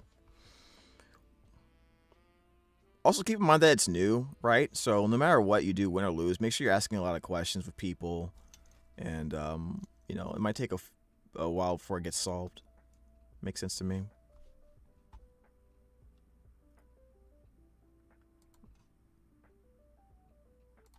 All right.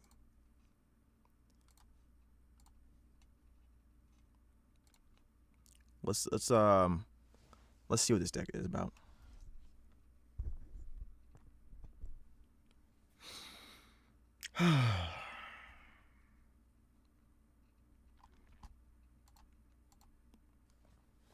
Before we begin, I've been considering maybe opening some type of membership where I post like videos early for people to react to take a look at early. But the question for me is, if I do that, what kind of videos do I want for members only to have access? And what I think I'll start off with is the Branded Despia for Dummies series. I also want to have like short videos talking about certain cards or combo lines in more detail, specifically for them, and that would just be for the members. Otherwise, I'm not sure why I would do membership, to be honest, on this channel. You know what I mean? I'm not really sure why I would do that. But I'm still mulling it over. Just wanted to know what you guys thought about that. Hey, what's up? What's up, Fusionist? Live stream swap. Oh, you're not playing anymore? What's going on? Oh, you just stopped playing.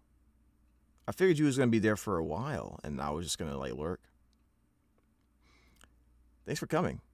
Just want to learn more about the key interrupts that stop the deck. No problem. Yeah, you just, I think at that point, you have to, like, be able to read when your opponent's trying to bait you into, like, blowing an option, because, like, just because I said hold, for example, Retribution for a certain card or Fab for a certain card doesn't mean that they, like, the thing is they know you have it because of the way the deck plays. You're likely going to search for it. So they'll be trying to bait you to use it on other things first, right? So just keep that in mind. All right, we're gonna look at some deck lists today, guys. We're gonna record for some deck lists. I think it's gonna be fun.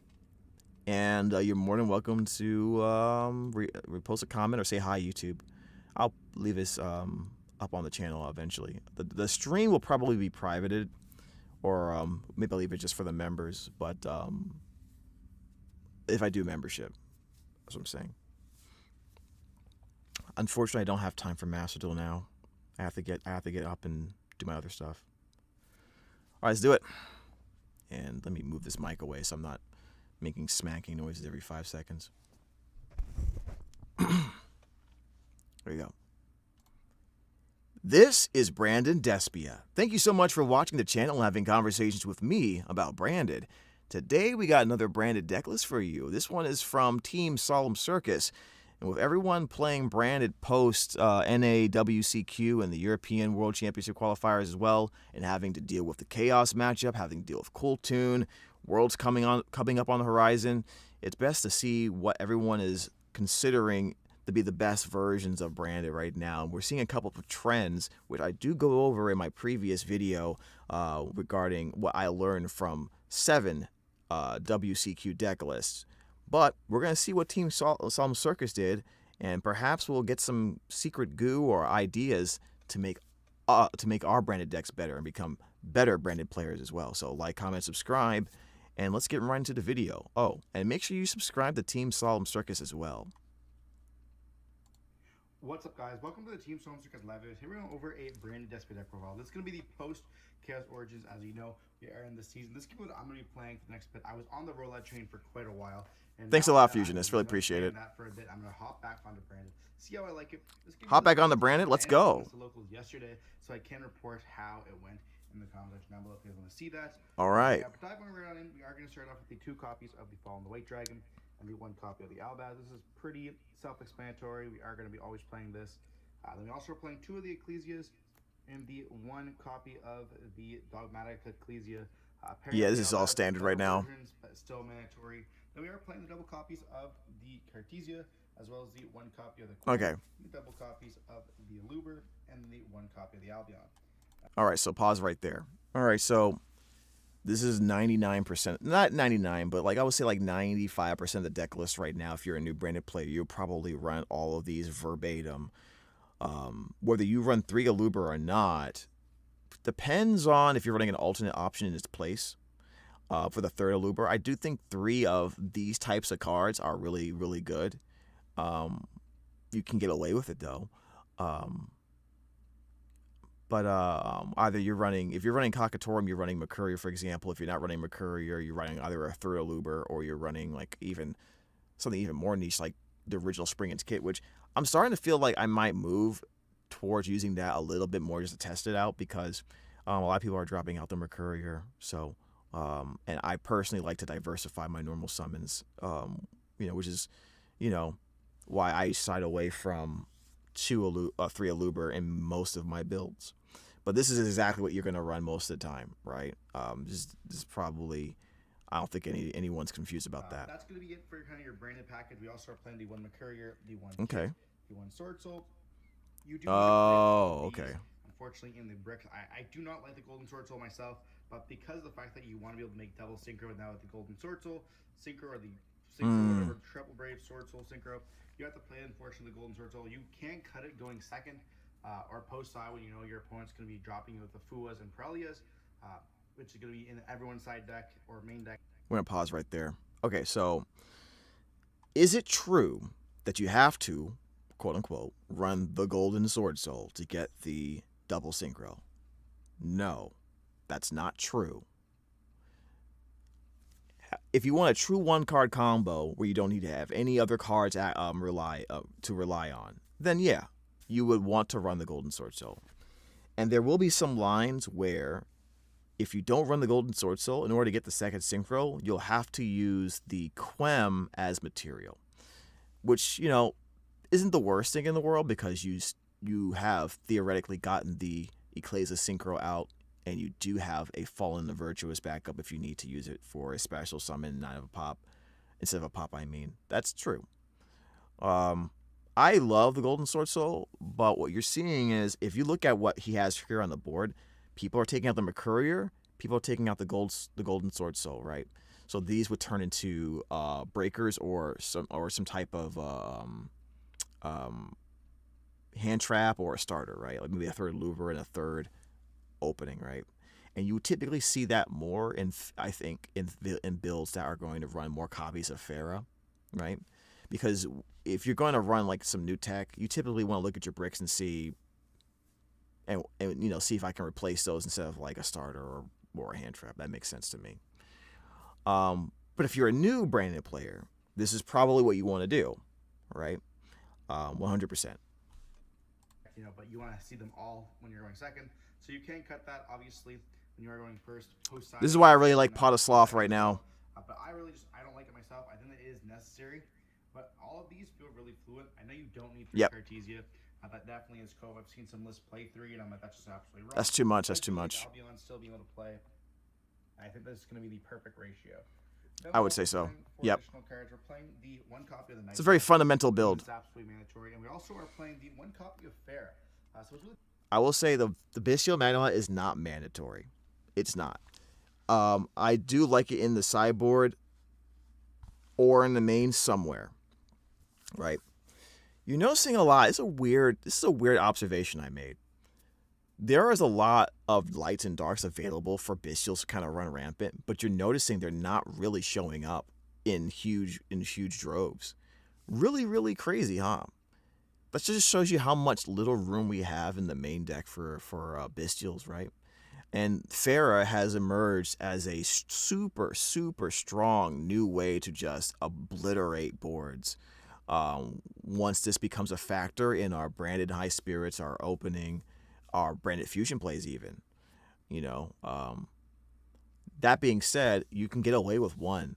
Honestly, you can get away with 1 and it doesn't cost that much. So everyone should have gotten a copy of Pharah by now if you haven't done so, but especially if you're running the champions. But yeah, if you run mags in your main deck, it's not a big deal. It's still a great card. Very, very good card.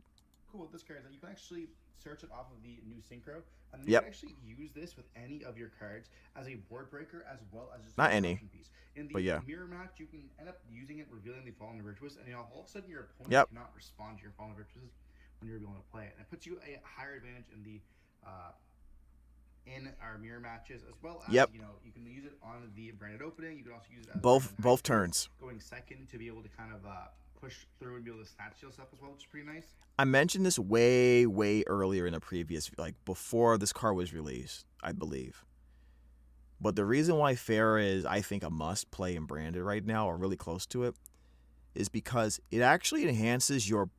Okay, so one of the things I always thought about the Kashtira package, for example, in branded, is that when you want to build a deck as compact as possible, you want to look at cards that fulfill multiple roles in the same card, for going first and for going second when you're trying to break boards. The reason why the Kashtira package can do that for you is because Kashtira can banish face down targeted cards. That's good for breaking boards. It also draws aggro, which is good because that means they don't have cards for my other stuff, right? But going first with the Arsenal Falcon, for example, you have a 1-card bridge into your white dragon engine. So that's why it's good. Really good, actually. The problem is you take a deck spot away for the Arsenal Falcon. So if you're willing to do that, then it's not an issue. You're also adding a brick in the form of a Rise Heart. Now, with Pharah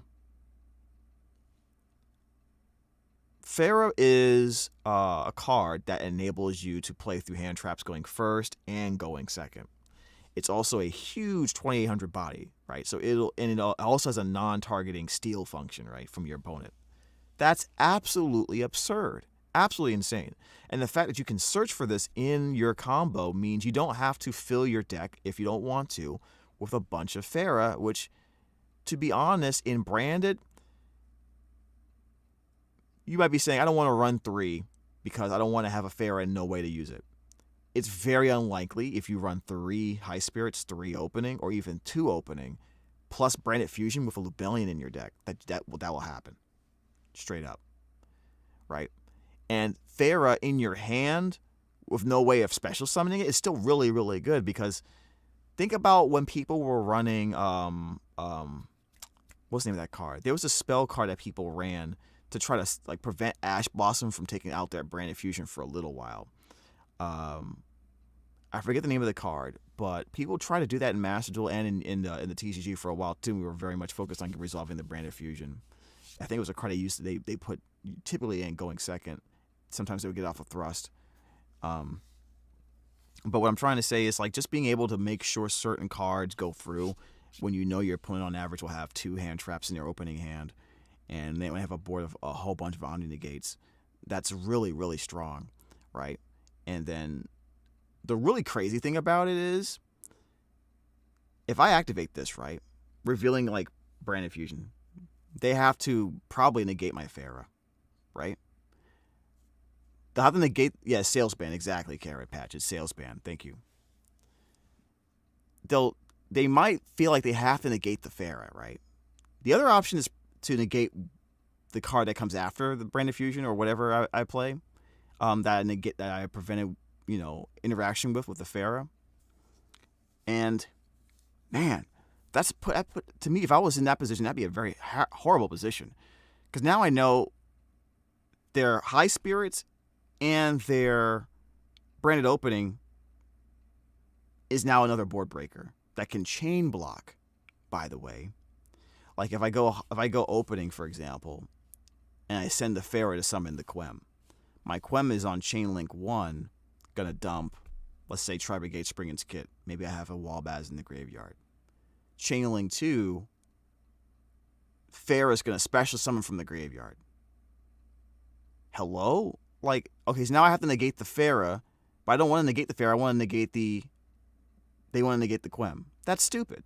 I mean, we could talk I've already posted videos about how stupid Pharah is, to be honest. And Pharah and Pod Sloth is like a broken combination, to be honest. Most importantly, this actually does not affect the roulette card, which is very, very scary. Yeah, it doesn't. But it's just as strong. You can crash into it. I do want to play Prelia, but unfortunately we don't have a bridge with Prelia and the High Spirits, so we're off to play the... Hear that? And we're also playing double copies of Drone Lockbird. Again, this is why these 6 cards are almost always exclusively in the Branded main deck, right? The High Spirit Bridge matters. It just does, guys. If you run Ash Blossom, first of all, if you run a hand trap that doesn't synergize with High Spirits, it needs to be a broken ass hand trap. You really need to justify it. Ash is like a good hand trap. It's not a Molcharmy, okay? It's not Droll. Like, I'm sorry, that's just the truth. We're headed to the point where we are squeezing out every bit of juice or every drop of value out of our deck right now.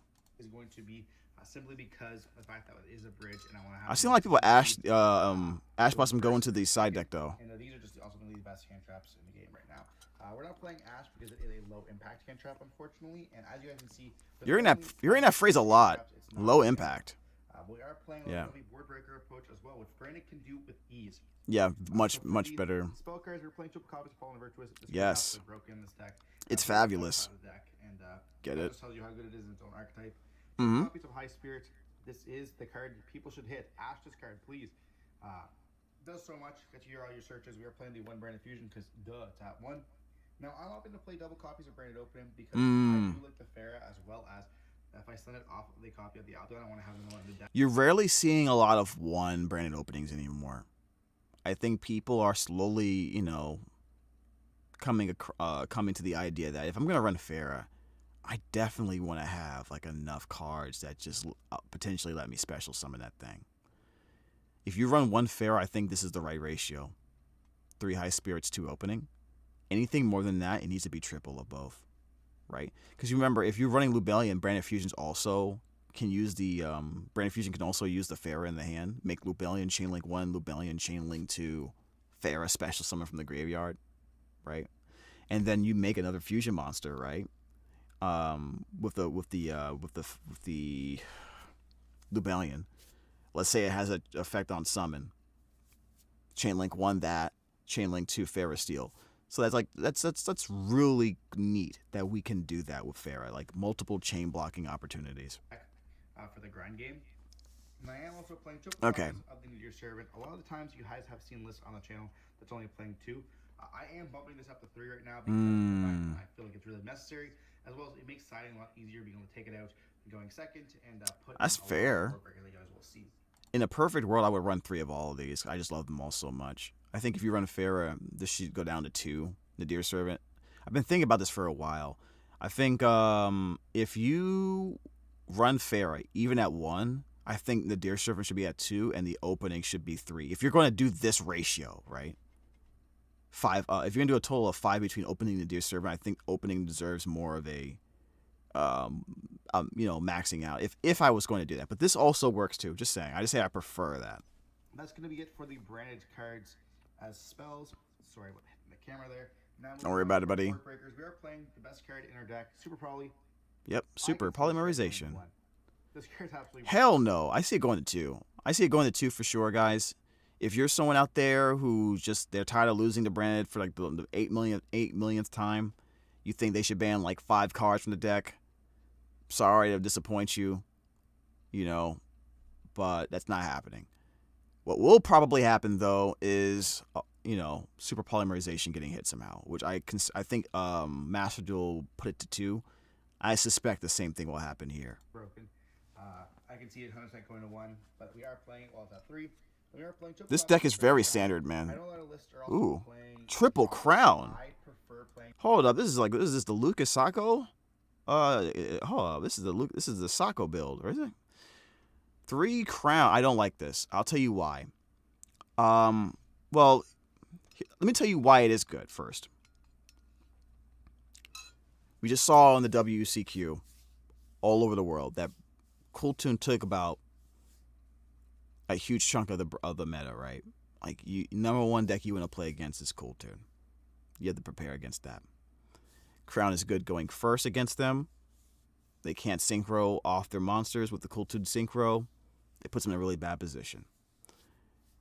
And then going second, or when they're trying to kill you they usually have to bring out like back-to-back, bring out multiple monsters, swing twice, end the game there. Forbidden Crown could take one of your monsters, make it, indestructible by battle, give you another turn. Very, very nice. The problem with Forbidden Crown is it's not that as effective against other decks in a vacuum. Right? I actually think if you run 3 Farah, you don't have to run 3 Crown in the main, because you can just replace your Forbidden cards with the Farah. I actually personally think you could just do that. I also see another reason why I don't like it is because Pot of Sloth, to me, right now, deserves that spot better than Forbidden Crown. Right? Especially if you run Farah at 1 or 3 even. Because a lot of the game right now with Branded, a lot of the matchups can just be beaten with Branded Engine, with Fallen and Virtuous over the course of 2 to 3 turns. And if you combine that with a Super Poly, you're going to win the game. So it makes sense that you want cards that can get this better, more consistently. So if I'm running a 40-card deck, 33% of my hands, I'm going to get Pot of Sloth, another card that has to be interacted with low-impact hand traps, leaving my other cards open. You put your opponent in a really really terrible position, to protect, with their hand traps. Like on average, they're going to have 2, the way most people are building their decks. 2, sometimes 3. If they use an Ash Blossom on a Pot of Sloth, that's like the best feeling in the world. Right? Because, you know what I'm saying? Because you know why. There's a lot of cards that need that Ash Blossom to be available. And with Branded having one of their weaknesses be they run a little bit too high on the bricks, really good bricks, but too high on them sometimes, Pot of Sloth kind of mitigates that issue.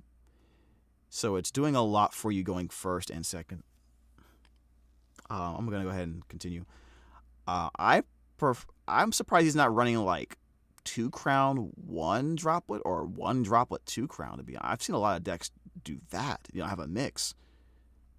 Crown myself. Shout out to Brian. We had a conversation about that with the drop on the crown. I'm preferring crown myself. I think this card's absolutely incredible right now. And we're also playing the one copy of the Cobble of the Grave there. Yep. We are still getting hit with Ash Blossom quite a bit, and it does hurt. Hit with Fua, hit with Prelia definitely hurts. Yep. And having the Cobble Absolutely. is quite nice. And we also have the copy of the Retribution. I like this because deck so card far. is absolutely crazy. The only thing I would change, if I wish I had the money to make this deck, right? I just don't have the money to get the Slavs right now. But if I wanted to play pure Branded, so far from what I saw from the main deck, I would literally play the exact same way, except I would swap one Nadir Servant for one Branded Opening. I would swap out the Bystial Magnamut, put that in the side, and turn that into a Pot of Sloth. And then for the 3 forbidden cards, I would run 2 Pot of Sloth, 1 Triple Tactics Talent. Right? I always had this thing about hard once per turn cards, even if they're really good cards. Seeing them accidentally, especially their draw cards. That's why I don't like running 3 copies of Albion the Shrouded Dragon. I don't want to draw with my Shrouded Dragon into another Shrouded Dragon. That feels really bad. I feel the same way about Pot as well. Pot into talents when it's available is really broken. So I would prefer, you could do 3 Pot of Sloth, but I try to say, I only have so much money. I'll get 2 Sloth and just use the 1 talent to replace the 3rd Sloth. And then I would have 2 copies of Farah right there. I think 2 or 3 copies of Farah. I think that's what I would do. Now moving on to the extra deck, we are playing mostly Fusion in this variation. If you guys want to see us of course. Deck, let me know. Fidrals is a crazy card. Okay. We are playing the 1 copy of Mirrorjade. But so far, I agree with almost everything here. It's almost a perfect deck list. Of the Dogma that devours the dragon. Okay. Double copies of the Albion. Double dogging it. 1 copy of the Titaniclad. All right. 1 copy of Brim. We are still opting to play the 1 copy of the Albion Lennis. I think this card's still Branded cards or just playing Branded in general. I want to push back on Albinatus. If you look at an average Branded board and how they typically construct their end board, what dragon are you taking out? What dragon are you immediately going to be off access to for Albinatus? That being said, Kultun is a huge chunk of the game. Zalen is also a major threat that you want to get rid of. And when you're playing against Elf Note, they do present a lot of dragons in their extra deck that you might want to take with Albinatus. So it's up to you and how you feel about that matchup if you want to run it. Right now, for me, especially because I'm running Mixuzia and Hyper Invoked Aeon to make room, I decided to remove the Albinatus. But expect that to come in and out of my deck or side deck multiple times within the next few months, depending on how I feel. That's kind of like one of those flex spots you want to have available on the outside of your deck. Depending on how you feel over the few weeks of play testing and everything like that. That's what Albinatus feels like to me right now. It's another example of Brandon having really good cards that we just don't have the space for. It's going to be quite nice, as well as some of your combos you can just end on it. Then we also are playing the 1 copy of Lubellion. Now what's really changed is that we now only play 1 copy of Branganol. Yay! Mixuzia. Mystica. This is going to be essentially... What'd you just call it? What do you call this thing? Mystica. Brother, where you see the T at? I don't. I don't. Where is it? Where's the T at? I don't. Is going to be essentially our second Dragonol. Mystica. Into it twice. Man, watch too much Uncanny X-Men. It'll be pretty nice, but the Mystica is going to be one of the nicer cards that we have seen in the new Chaos Origins, which is going to be featuring lots of new combos with it. I'm absolutely in love with this card. I don't know why they gave it to us as a common. We are playing the 1 Queritus as well. This is a tag off the Dragonol. So far, so good. I have no issue with pretty much all of this. Like the Albinatus is for me, 50-50. Take it out, take it in. Mixuzia, by the way, that's how you pronounce it. Mixuzia.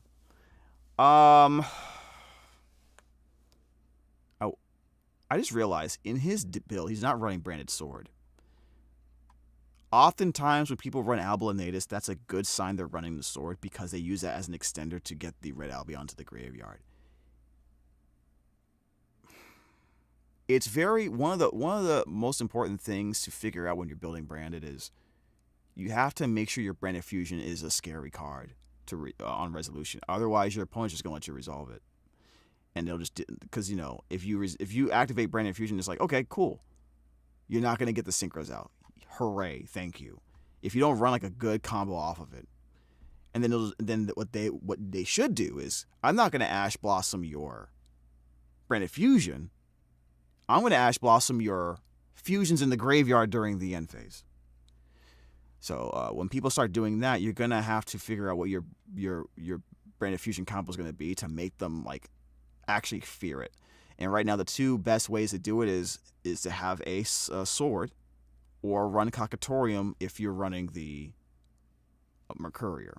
If you don't run both, your branded fusion is not doing much of anything, right?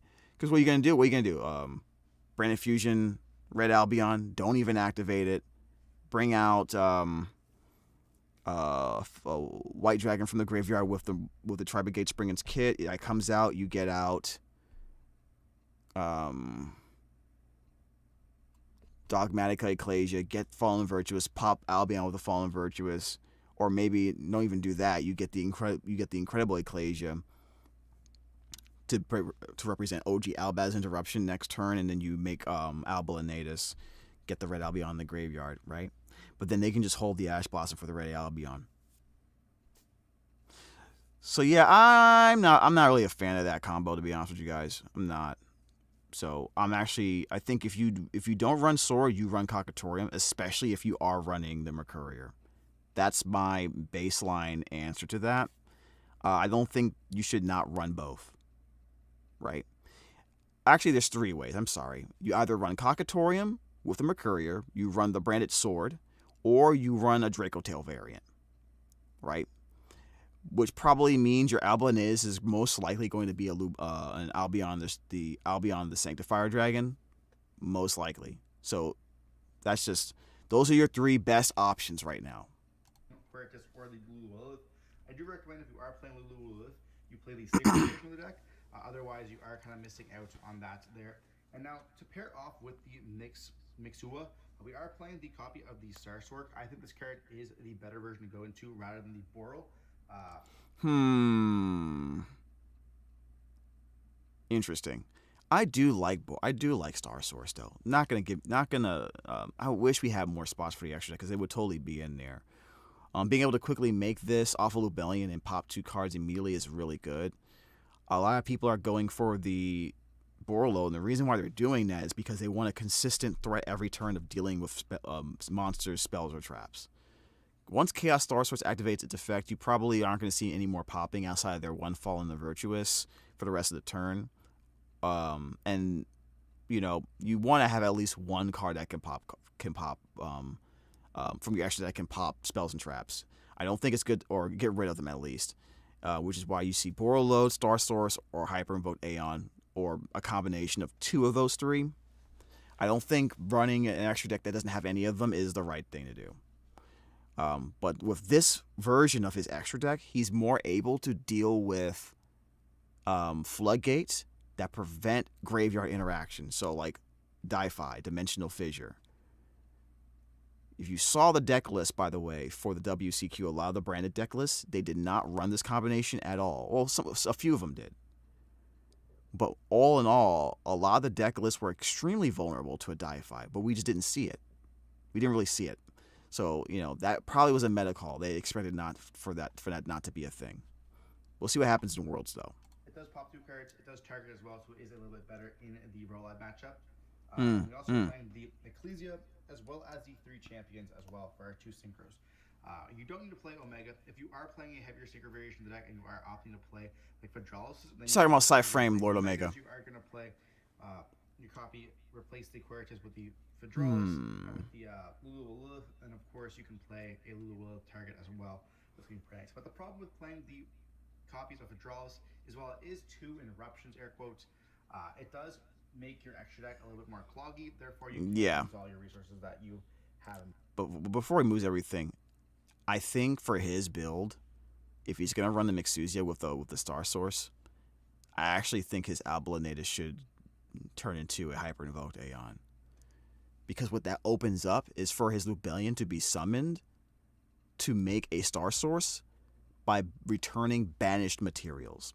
And what you'll do is you'll make the Lubellion chainlink 1 discard for cost, and then you chainlink 2 Mixuzia, which it's either dark or maybe it's like either it's dark or divine or whatever. And then you either make a 2 or 3 material Aeon with that Lubellion. Then you take that Lubellion and the Albion the Branded Dragon from the previous turn, that light, that dark, that's going to make the Chaos Star Source Dragon. They're going to be banished from the Mixuzia. The Lubellion's going to return both of those back to the extra deck. That's a hyper-efficient way to get a lot of interruptions on the board. Star Source Chainlink 1, Chainlink 2, Hyper Invoked Aeon. So you can have Star Source deal with the field. You can have Aeon deal with the graveyard. And that, to me, is a really nice combination. And because you get extra lights in your extra deck to facilitate this more consistently, it's going to feel really, really smooth, right? And because you have Cartesia on the board, you don't need to require your opponent to set up a dark monster in order to initiate this, right? You prefer that, of course, but you don't need to. This will require, though, on your first turn, most likely, to have the the Mixuzia instead of Mirrorjade on the board, right? So a little bit, it's kind of, if you want the 3 material one, I mean. If you don't care about that, 2 materials enough for you, then just go bring out Mirrorjade instead.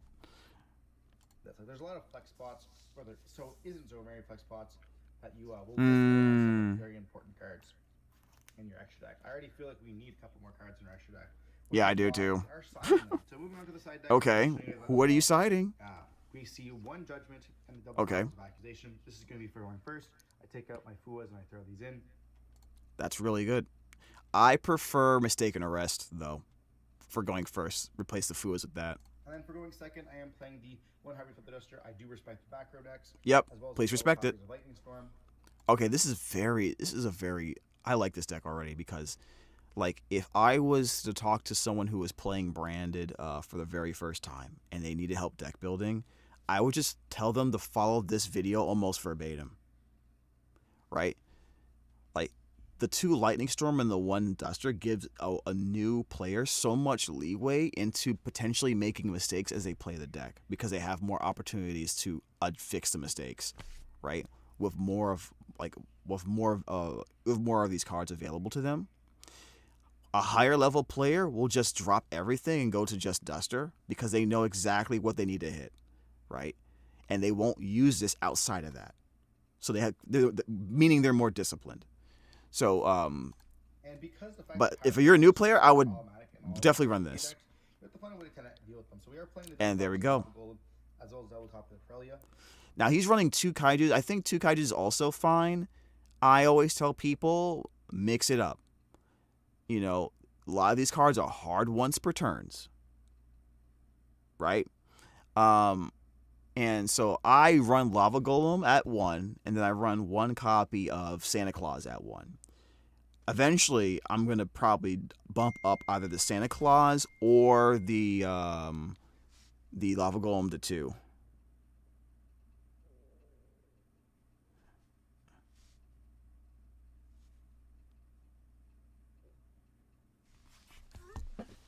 Hold on a second. So a friend is giving me a call here. Sorry. All right. 2 Perulia makes sense. You'll see a lot of 3-ofs, though. You'll see a lot of 3. But 2 is fine. 3 of 2-ofs at this point, because the fact that we are playing triple copies of Pot of Sloth. Ooh, yep, he's right. He's right. That's perfect. If you're running Pot of Sloth, you don't have to run a lot of 3-ofs. You can just drop it to 2. You'll see it just as much. That makes sense. Perfect. I'm very... You know, there was a deck list for the WCQ weekend that ran Pot of Sloth. I did go over that, and I thought it was very, very interesting. I think we go to Pot of Sloth here, and I think this is a question that we should answer, right? Try to figure this out. So Pot of Sloth, it says that you draw cards equal to the number of cards your opponent controls, which would be 0 if you're going first. Then if you drew 2 or more, place cards from your hand on the bottom of your deck in any order, then draw equal to the number of cards you drew -1. So why would you run this going?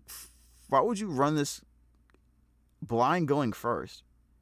Right? Because you don't pay because the pot slot will do nothing, right? They don't have any cards. You draw 0. It's a dead card. So it really is just a only strictly going second card, right? So I like that he has it in the second here.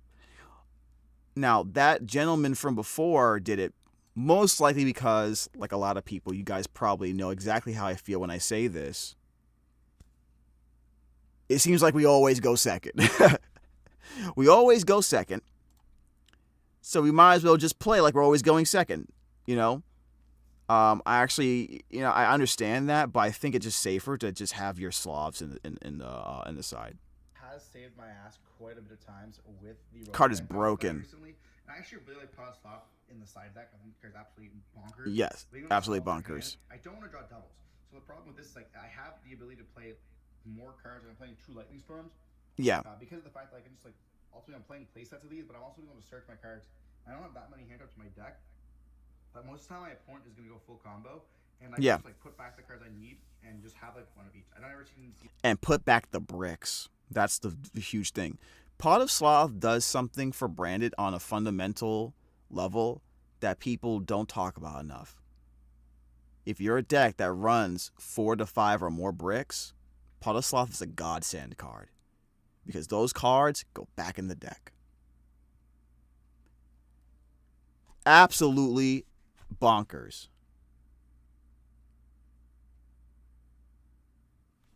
So that's my thoughts on it. Multiple copies of it because my deck is essentially thinner by playing that Pot of Slav. Now for the last 2 Oh, cards, someone in the chat just said the cost of Sloth is what's putting them off. 100% agree with you. By the way, 100% agree with you.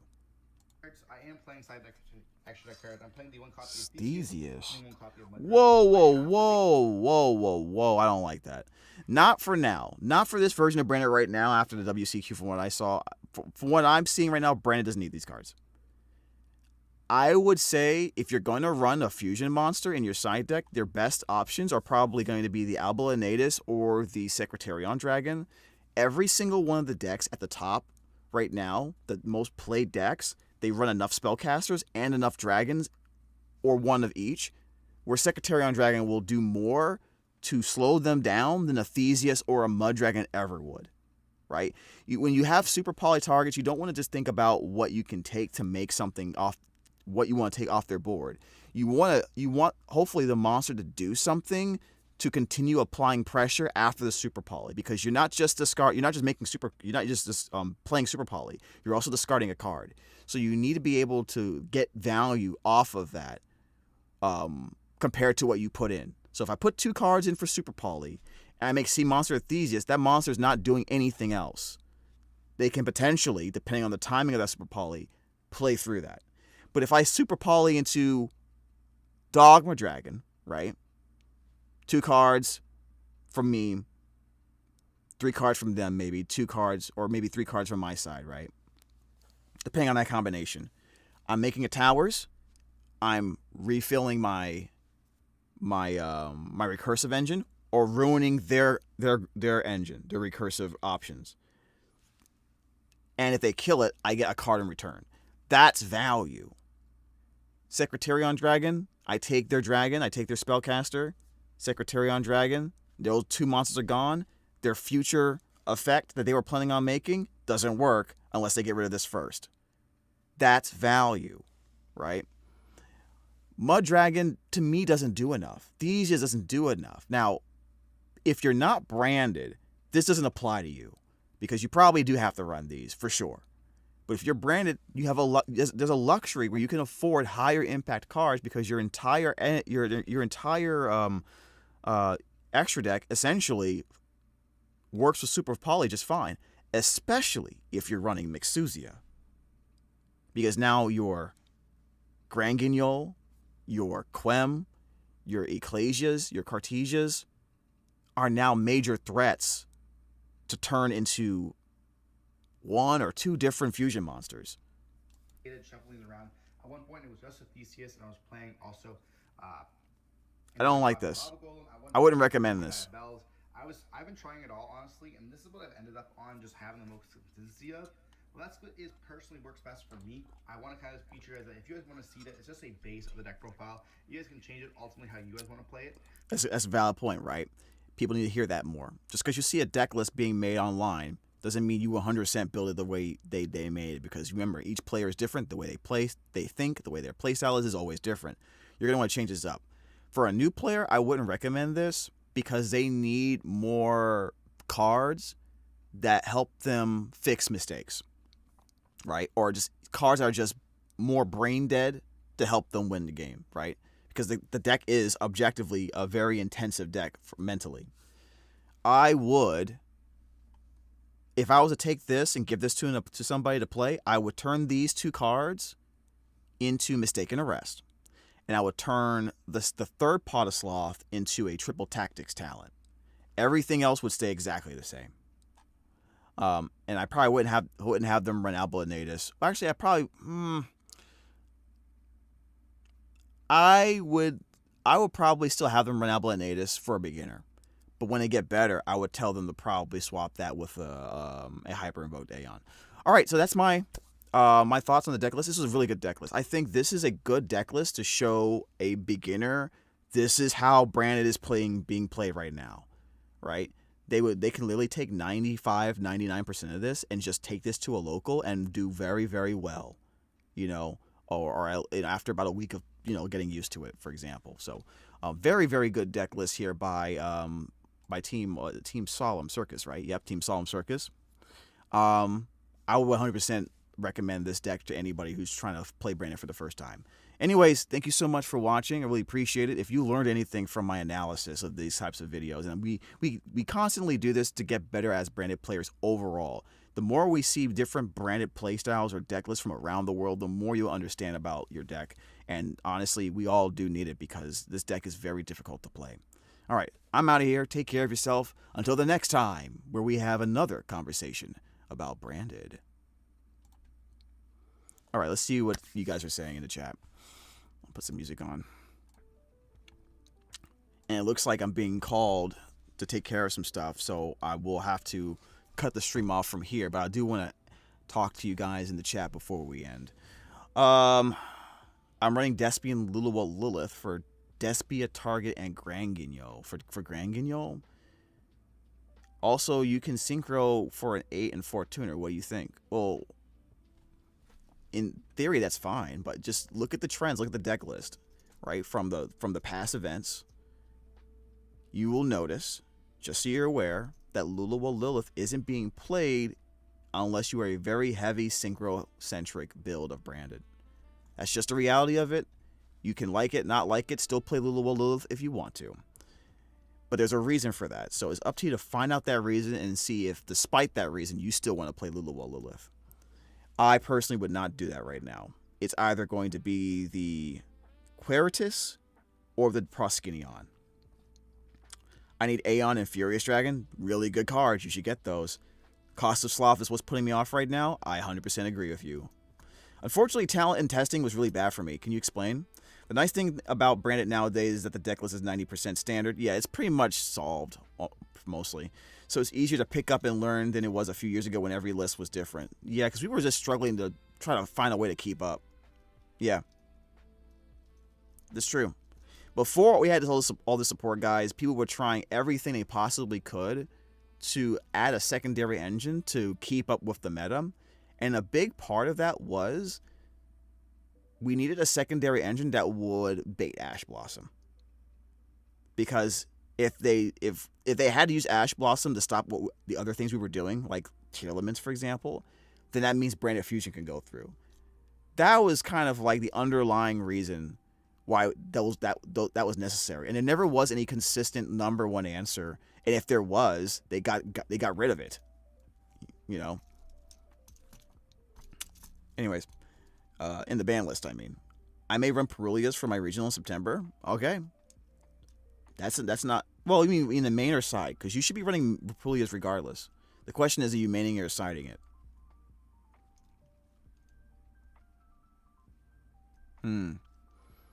Looking back on the deck list now, I think if he has Sloth in his side, I think I would like one of his. I think he should still run the Forbidden Droplet at 1, at least. But that deck is designed to beat Cool Tune, just so you guys are aware. It's very highly specialized to beat Cool Tune. So when you have that perspective, you literally can just copy the deck list verbatim, and you'll do well, right? So, not gonna lie, part of me feels like that Chaos Star Source probably should just be Hyper Invoke Daeon. Not gonna lie. Versus Cool Tune, they see your hand, so they can play around it, and you are kind of forced to draw as a last thing, and then you pray. Yeah. Plus, they stack your top deck, so if they see talent, and by then it's bad.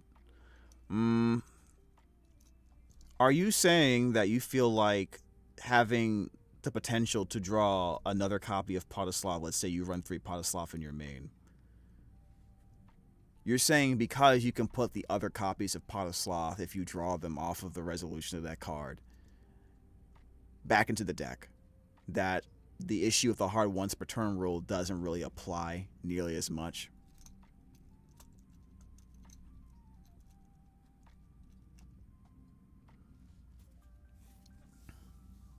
Because if you are, that's a valid point. Side? Okay, that's a good idea. You should run Perulia in the side. Every single one of the main decks that were being played the most in the past weekend would draw you 2 cards at least off of a Perulia if they, unless they stop their turn early. So it's worth it. Thank you. I'm trying to get more unusual monsters to not be that standard enough to be readed easily and have another options like Psy Omega and Chaos Archfiend have been good. No, they're good. See, this is the thing people sometimes don't understand when I say stuff like, run this, not this. I try to make it clear, but these cards aren't bad cards, man. Like, the way the game is being played at a high level determines what you pick over others, not your preference. Right? It does a little bit, actually, but not the major factor. Going first, they can play around by shotgunning the Charmies, and others hit like Impulse and Imperm don't help Talons, to be honest. I mean, that's true.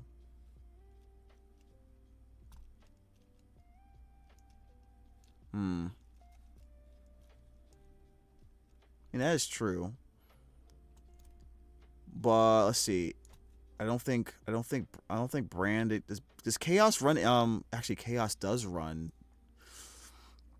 Chaos can run it. Chaos can run Impulse. Yeah, that's a very interesting, valid point. Yep, that is true. I still think it's worth having. Right.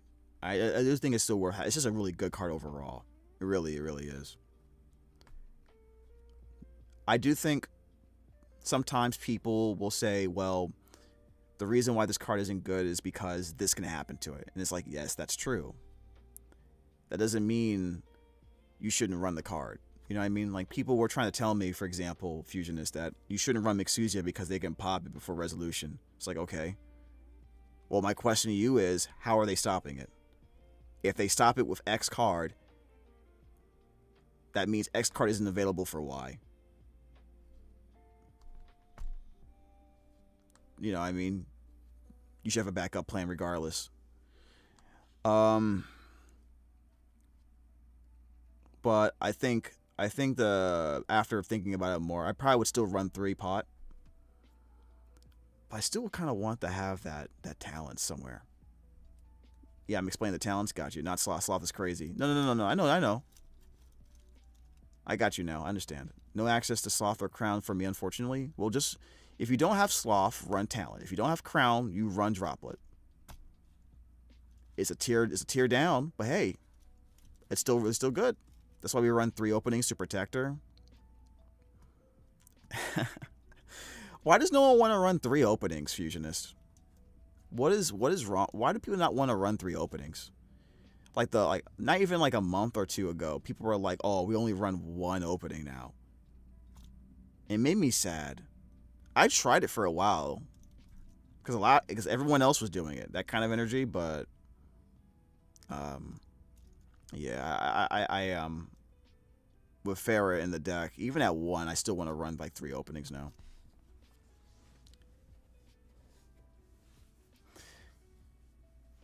Because we have like the perfect discard for it now. We have the perfect discard for it.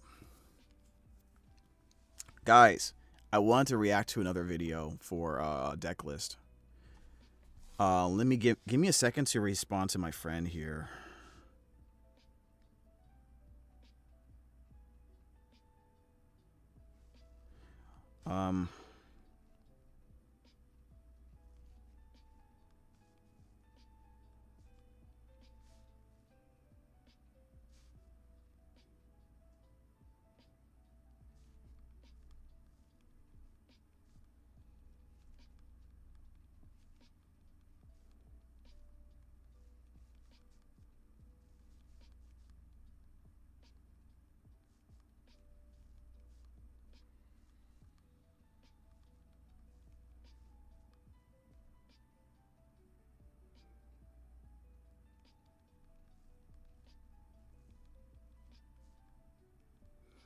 Looks like I might have a job to do tomorrow, so I gotta get prepared for that. Most likely, we'll see how that goes. But yeah, I get your point. But in my opinion, I was playing to have 100% consistency, so even some scenarios where the card is bad is not good enough for me, because in 15 rounds, 40 games, give or take, it happens. Yeah, that's true. That's a valid point, because they don't know the good Brafu line. They're just doing Kit into Albion for some reason. I hate that branded fusion lines look whack sometimes. Even a YCS champion thought he could stop my Brafu line with Crow. What? Who runs Crow?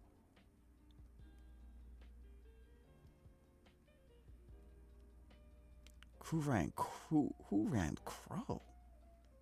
Isn't that a little bit too narrow of a card to have available? I don't know. Because he was going for the Albion sent kit, never Cartesia, which is 100% wrong. Just plus Albinatus isn't mandatory. So you do well, I always go with kit when I send Albion, don't I? I'm trying to remember. Oh yeah, that's right. Because if you don't run the sword, why would you go Cartesia? Yeah. But you're right. I don't think Albaz is mandatory. You could just have Albaz get Dogmatic Ecclesia, for example. Get Fav and pop it with the Fav. For his ritual spell? Gotcha. You know, that's one of the reasons why I really, really like Hyper Invoked Aeon. That's one of the reasons why I've been harping on that.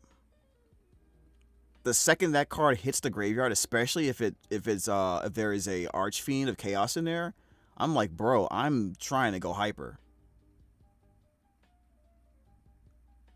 I'm going hyper, and I just banish that thing. Banish both of them to the Shadow Realm. Even if it's just for 2, it's worth it. So they gotta do it again, you know what I mean?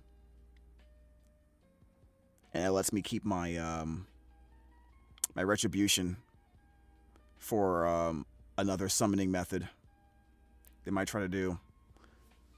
The only way I consider Crow is if I felt like playing Tri-Brigade. I don't understand that. I don't know if that makes sense to me. I'm not sure about that. I probably wouldn't run Crow regardless.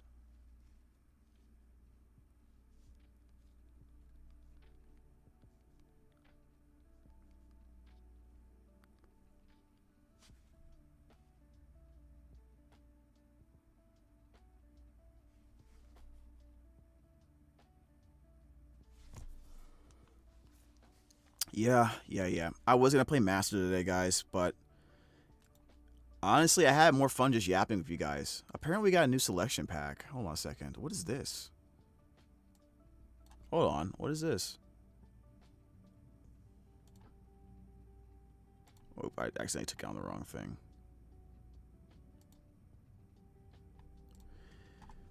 Oh, in 3 days? Call of Eternity.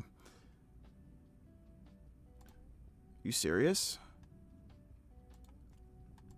Oh, okay, we're getting our okay, so Rescue Ace is gonna get a little bit of a buff, I suppose, yeah. Isn't this kind of like whack? This feels kind of whack, man. Subspace battle. Each player reveals one monster. Wait, what? Each player reveals one monster from their deck that does not have question mark attack. Add the monster with the higher attack to the hand of the player that revealed it. Also, destroy the monster with the lower attack and inflict 500 damage to the player that revealed it. If tied, shuffle those back into the decks. Wait, you can apply this effect 3 times in sequence? Wait, what? For the rest of this turn, neither player can activate the effects of monsters with any of their revealed monsters' names. That's wild. That's a funny card. Oh, that's a funny card. No one's playing it. That's a funny card, man. Unless they're like normal monsters, I guess. Right? Maybe you want to get your I don't know, Dark Magician or something. What's this? Magical Musket, Mastermind, Casper. 2 monsters, including a Light Fiend monster. Okay, during either player's turn, you can activate Magical Musket spell or trap cards from your hand. Okay, I kind of did that before, right? If this card is link summoned, you can take 2 Magical Musket cards from your hand at a deck, including a monster, special summon one to the field, and set the other to your opponent's field? I don't know enough about Magical Musket to verify how interesting that is to me. But, you know, it's probably a fun deck, though. I will say that. It's probably going to be a fun deck. Secret packs added. Oh, okay. We've seen that already, I think. Isn't that just better than going kit without Quem access? And here you get everything, including Ecclesia Quem and Fallen, Virtuous, and Grang. Yeah, it is better. I mean, yeah. I still like the Cockaturium line, not gonna lie, bro. I still like the Cockaturium line. But if I end up dropping McCurrier, I'll just do that. You know what I mean? Low key, by the way, I totally forgot. I wanted to mention this to you guys. I've been thinking, so I can find it. Find like my old stupid branded deck. Okay, let me go grab it. Where is it? Where is it? It doesn't matter what deck it is. It's gotta be any of them. Okay, branded post deck. Okay. Subspace is funny because the monster that changes names are unaffected. Oh, really? Thank you for catching that. I did not realize that. So I was thinking about trying a deck like this, right? Guys, this is what I was planning on doing. 1, 2, let me double check some numbers here. 1, 2, 3, 4, 5, 6, 7, 8, 9, 10. Yeah, this is the 16 card deck I was thinking about doing. With the triple Farah and the 2 Sloth, 1 Talent. But what the buddy here is in the chat saying to Fusionist is that it's probably better to just run 3 Sloth. Looking at it now, I think I'd rather have the Sloth in the side deck though.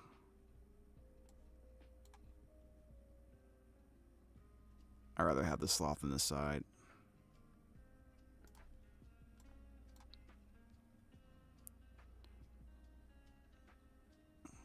Wait, what did I just... Oh, yeah, I made room for one more thing now. All right, so actually, I made room for one thing. So I can probably be like the Golden Sword Soul or something. So, yeah, that's kind of like the deck list I was going to try to make. 1 second.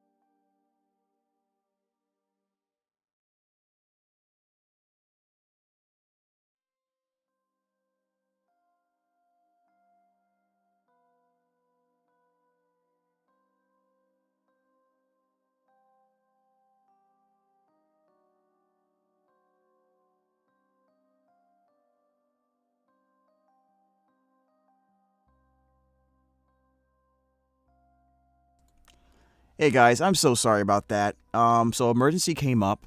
I did not mean to just leave you guys hanging there for too long. So I'm gonna go ahead and end the stream.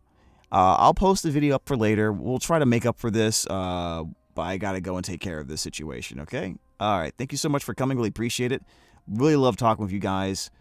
And we'll try it again, probably not tomorrow. We'll try again maybe in the weekend, I don't know. Until the next time, where we have another conversation about Branded.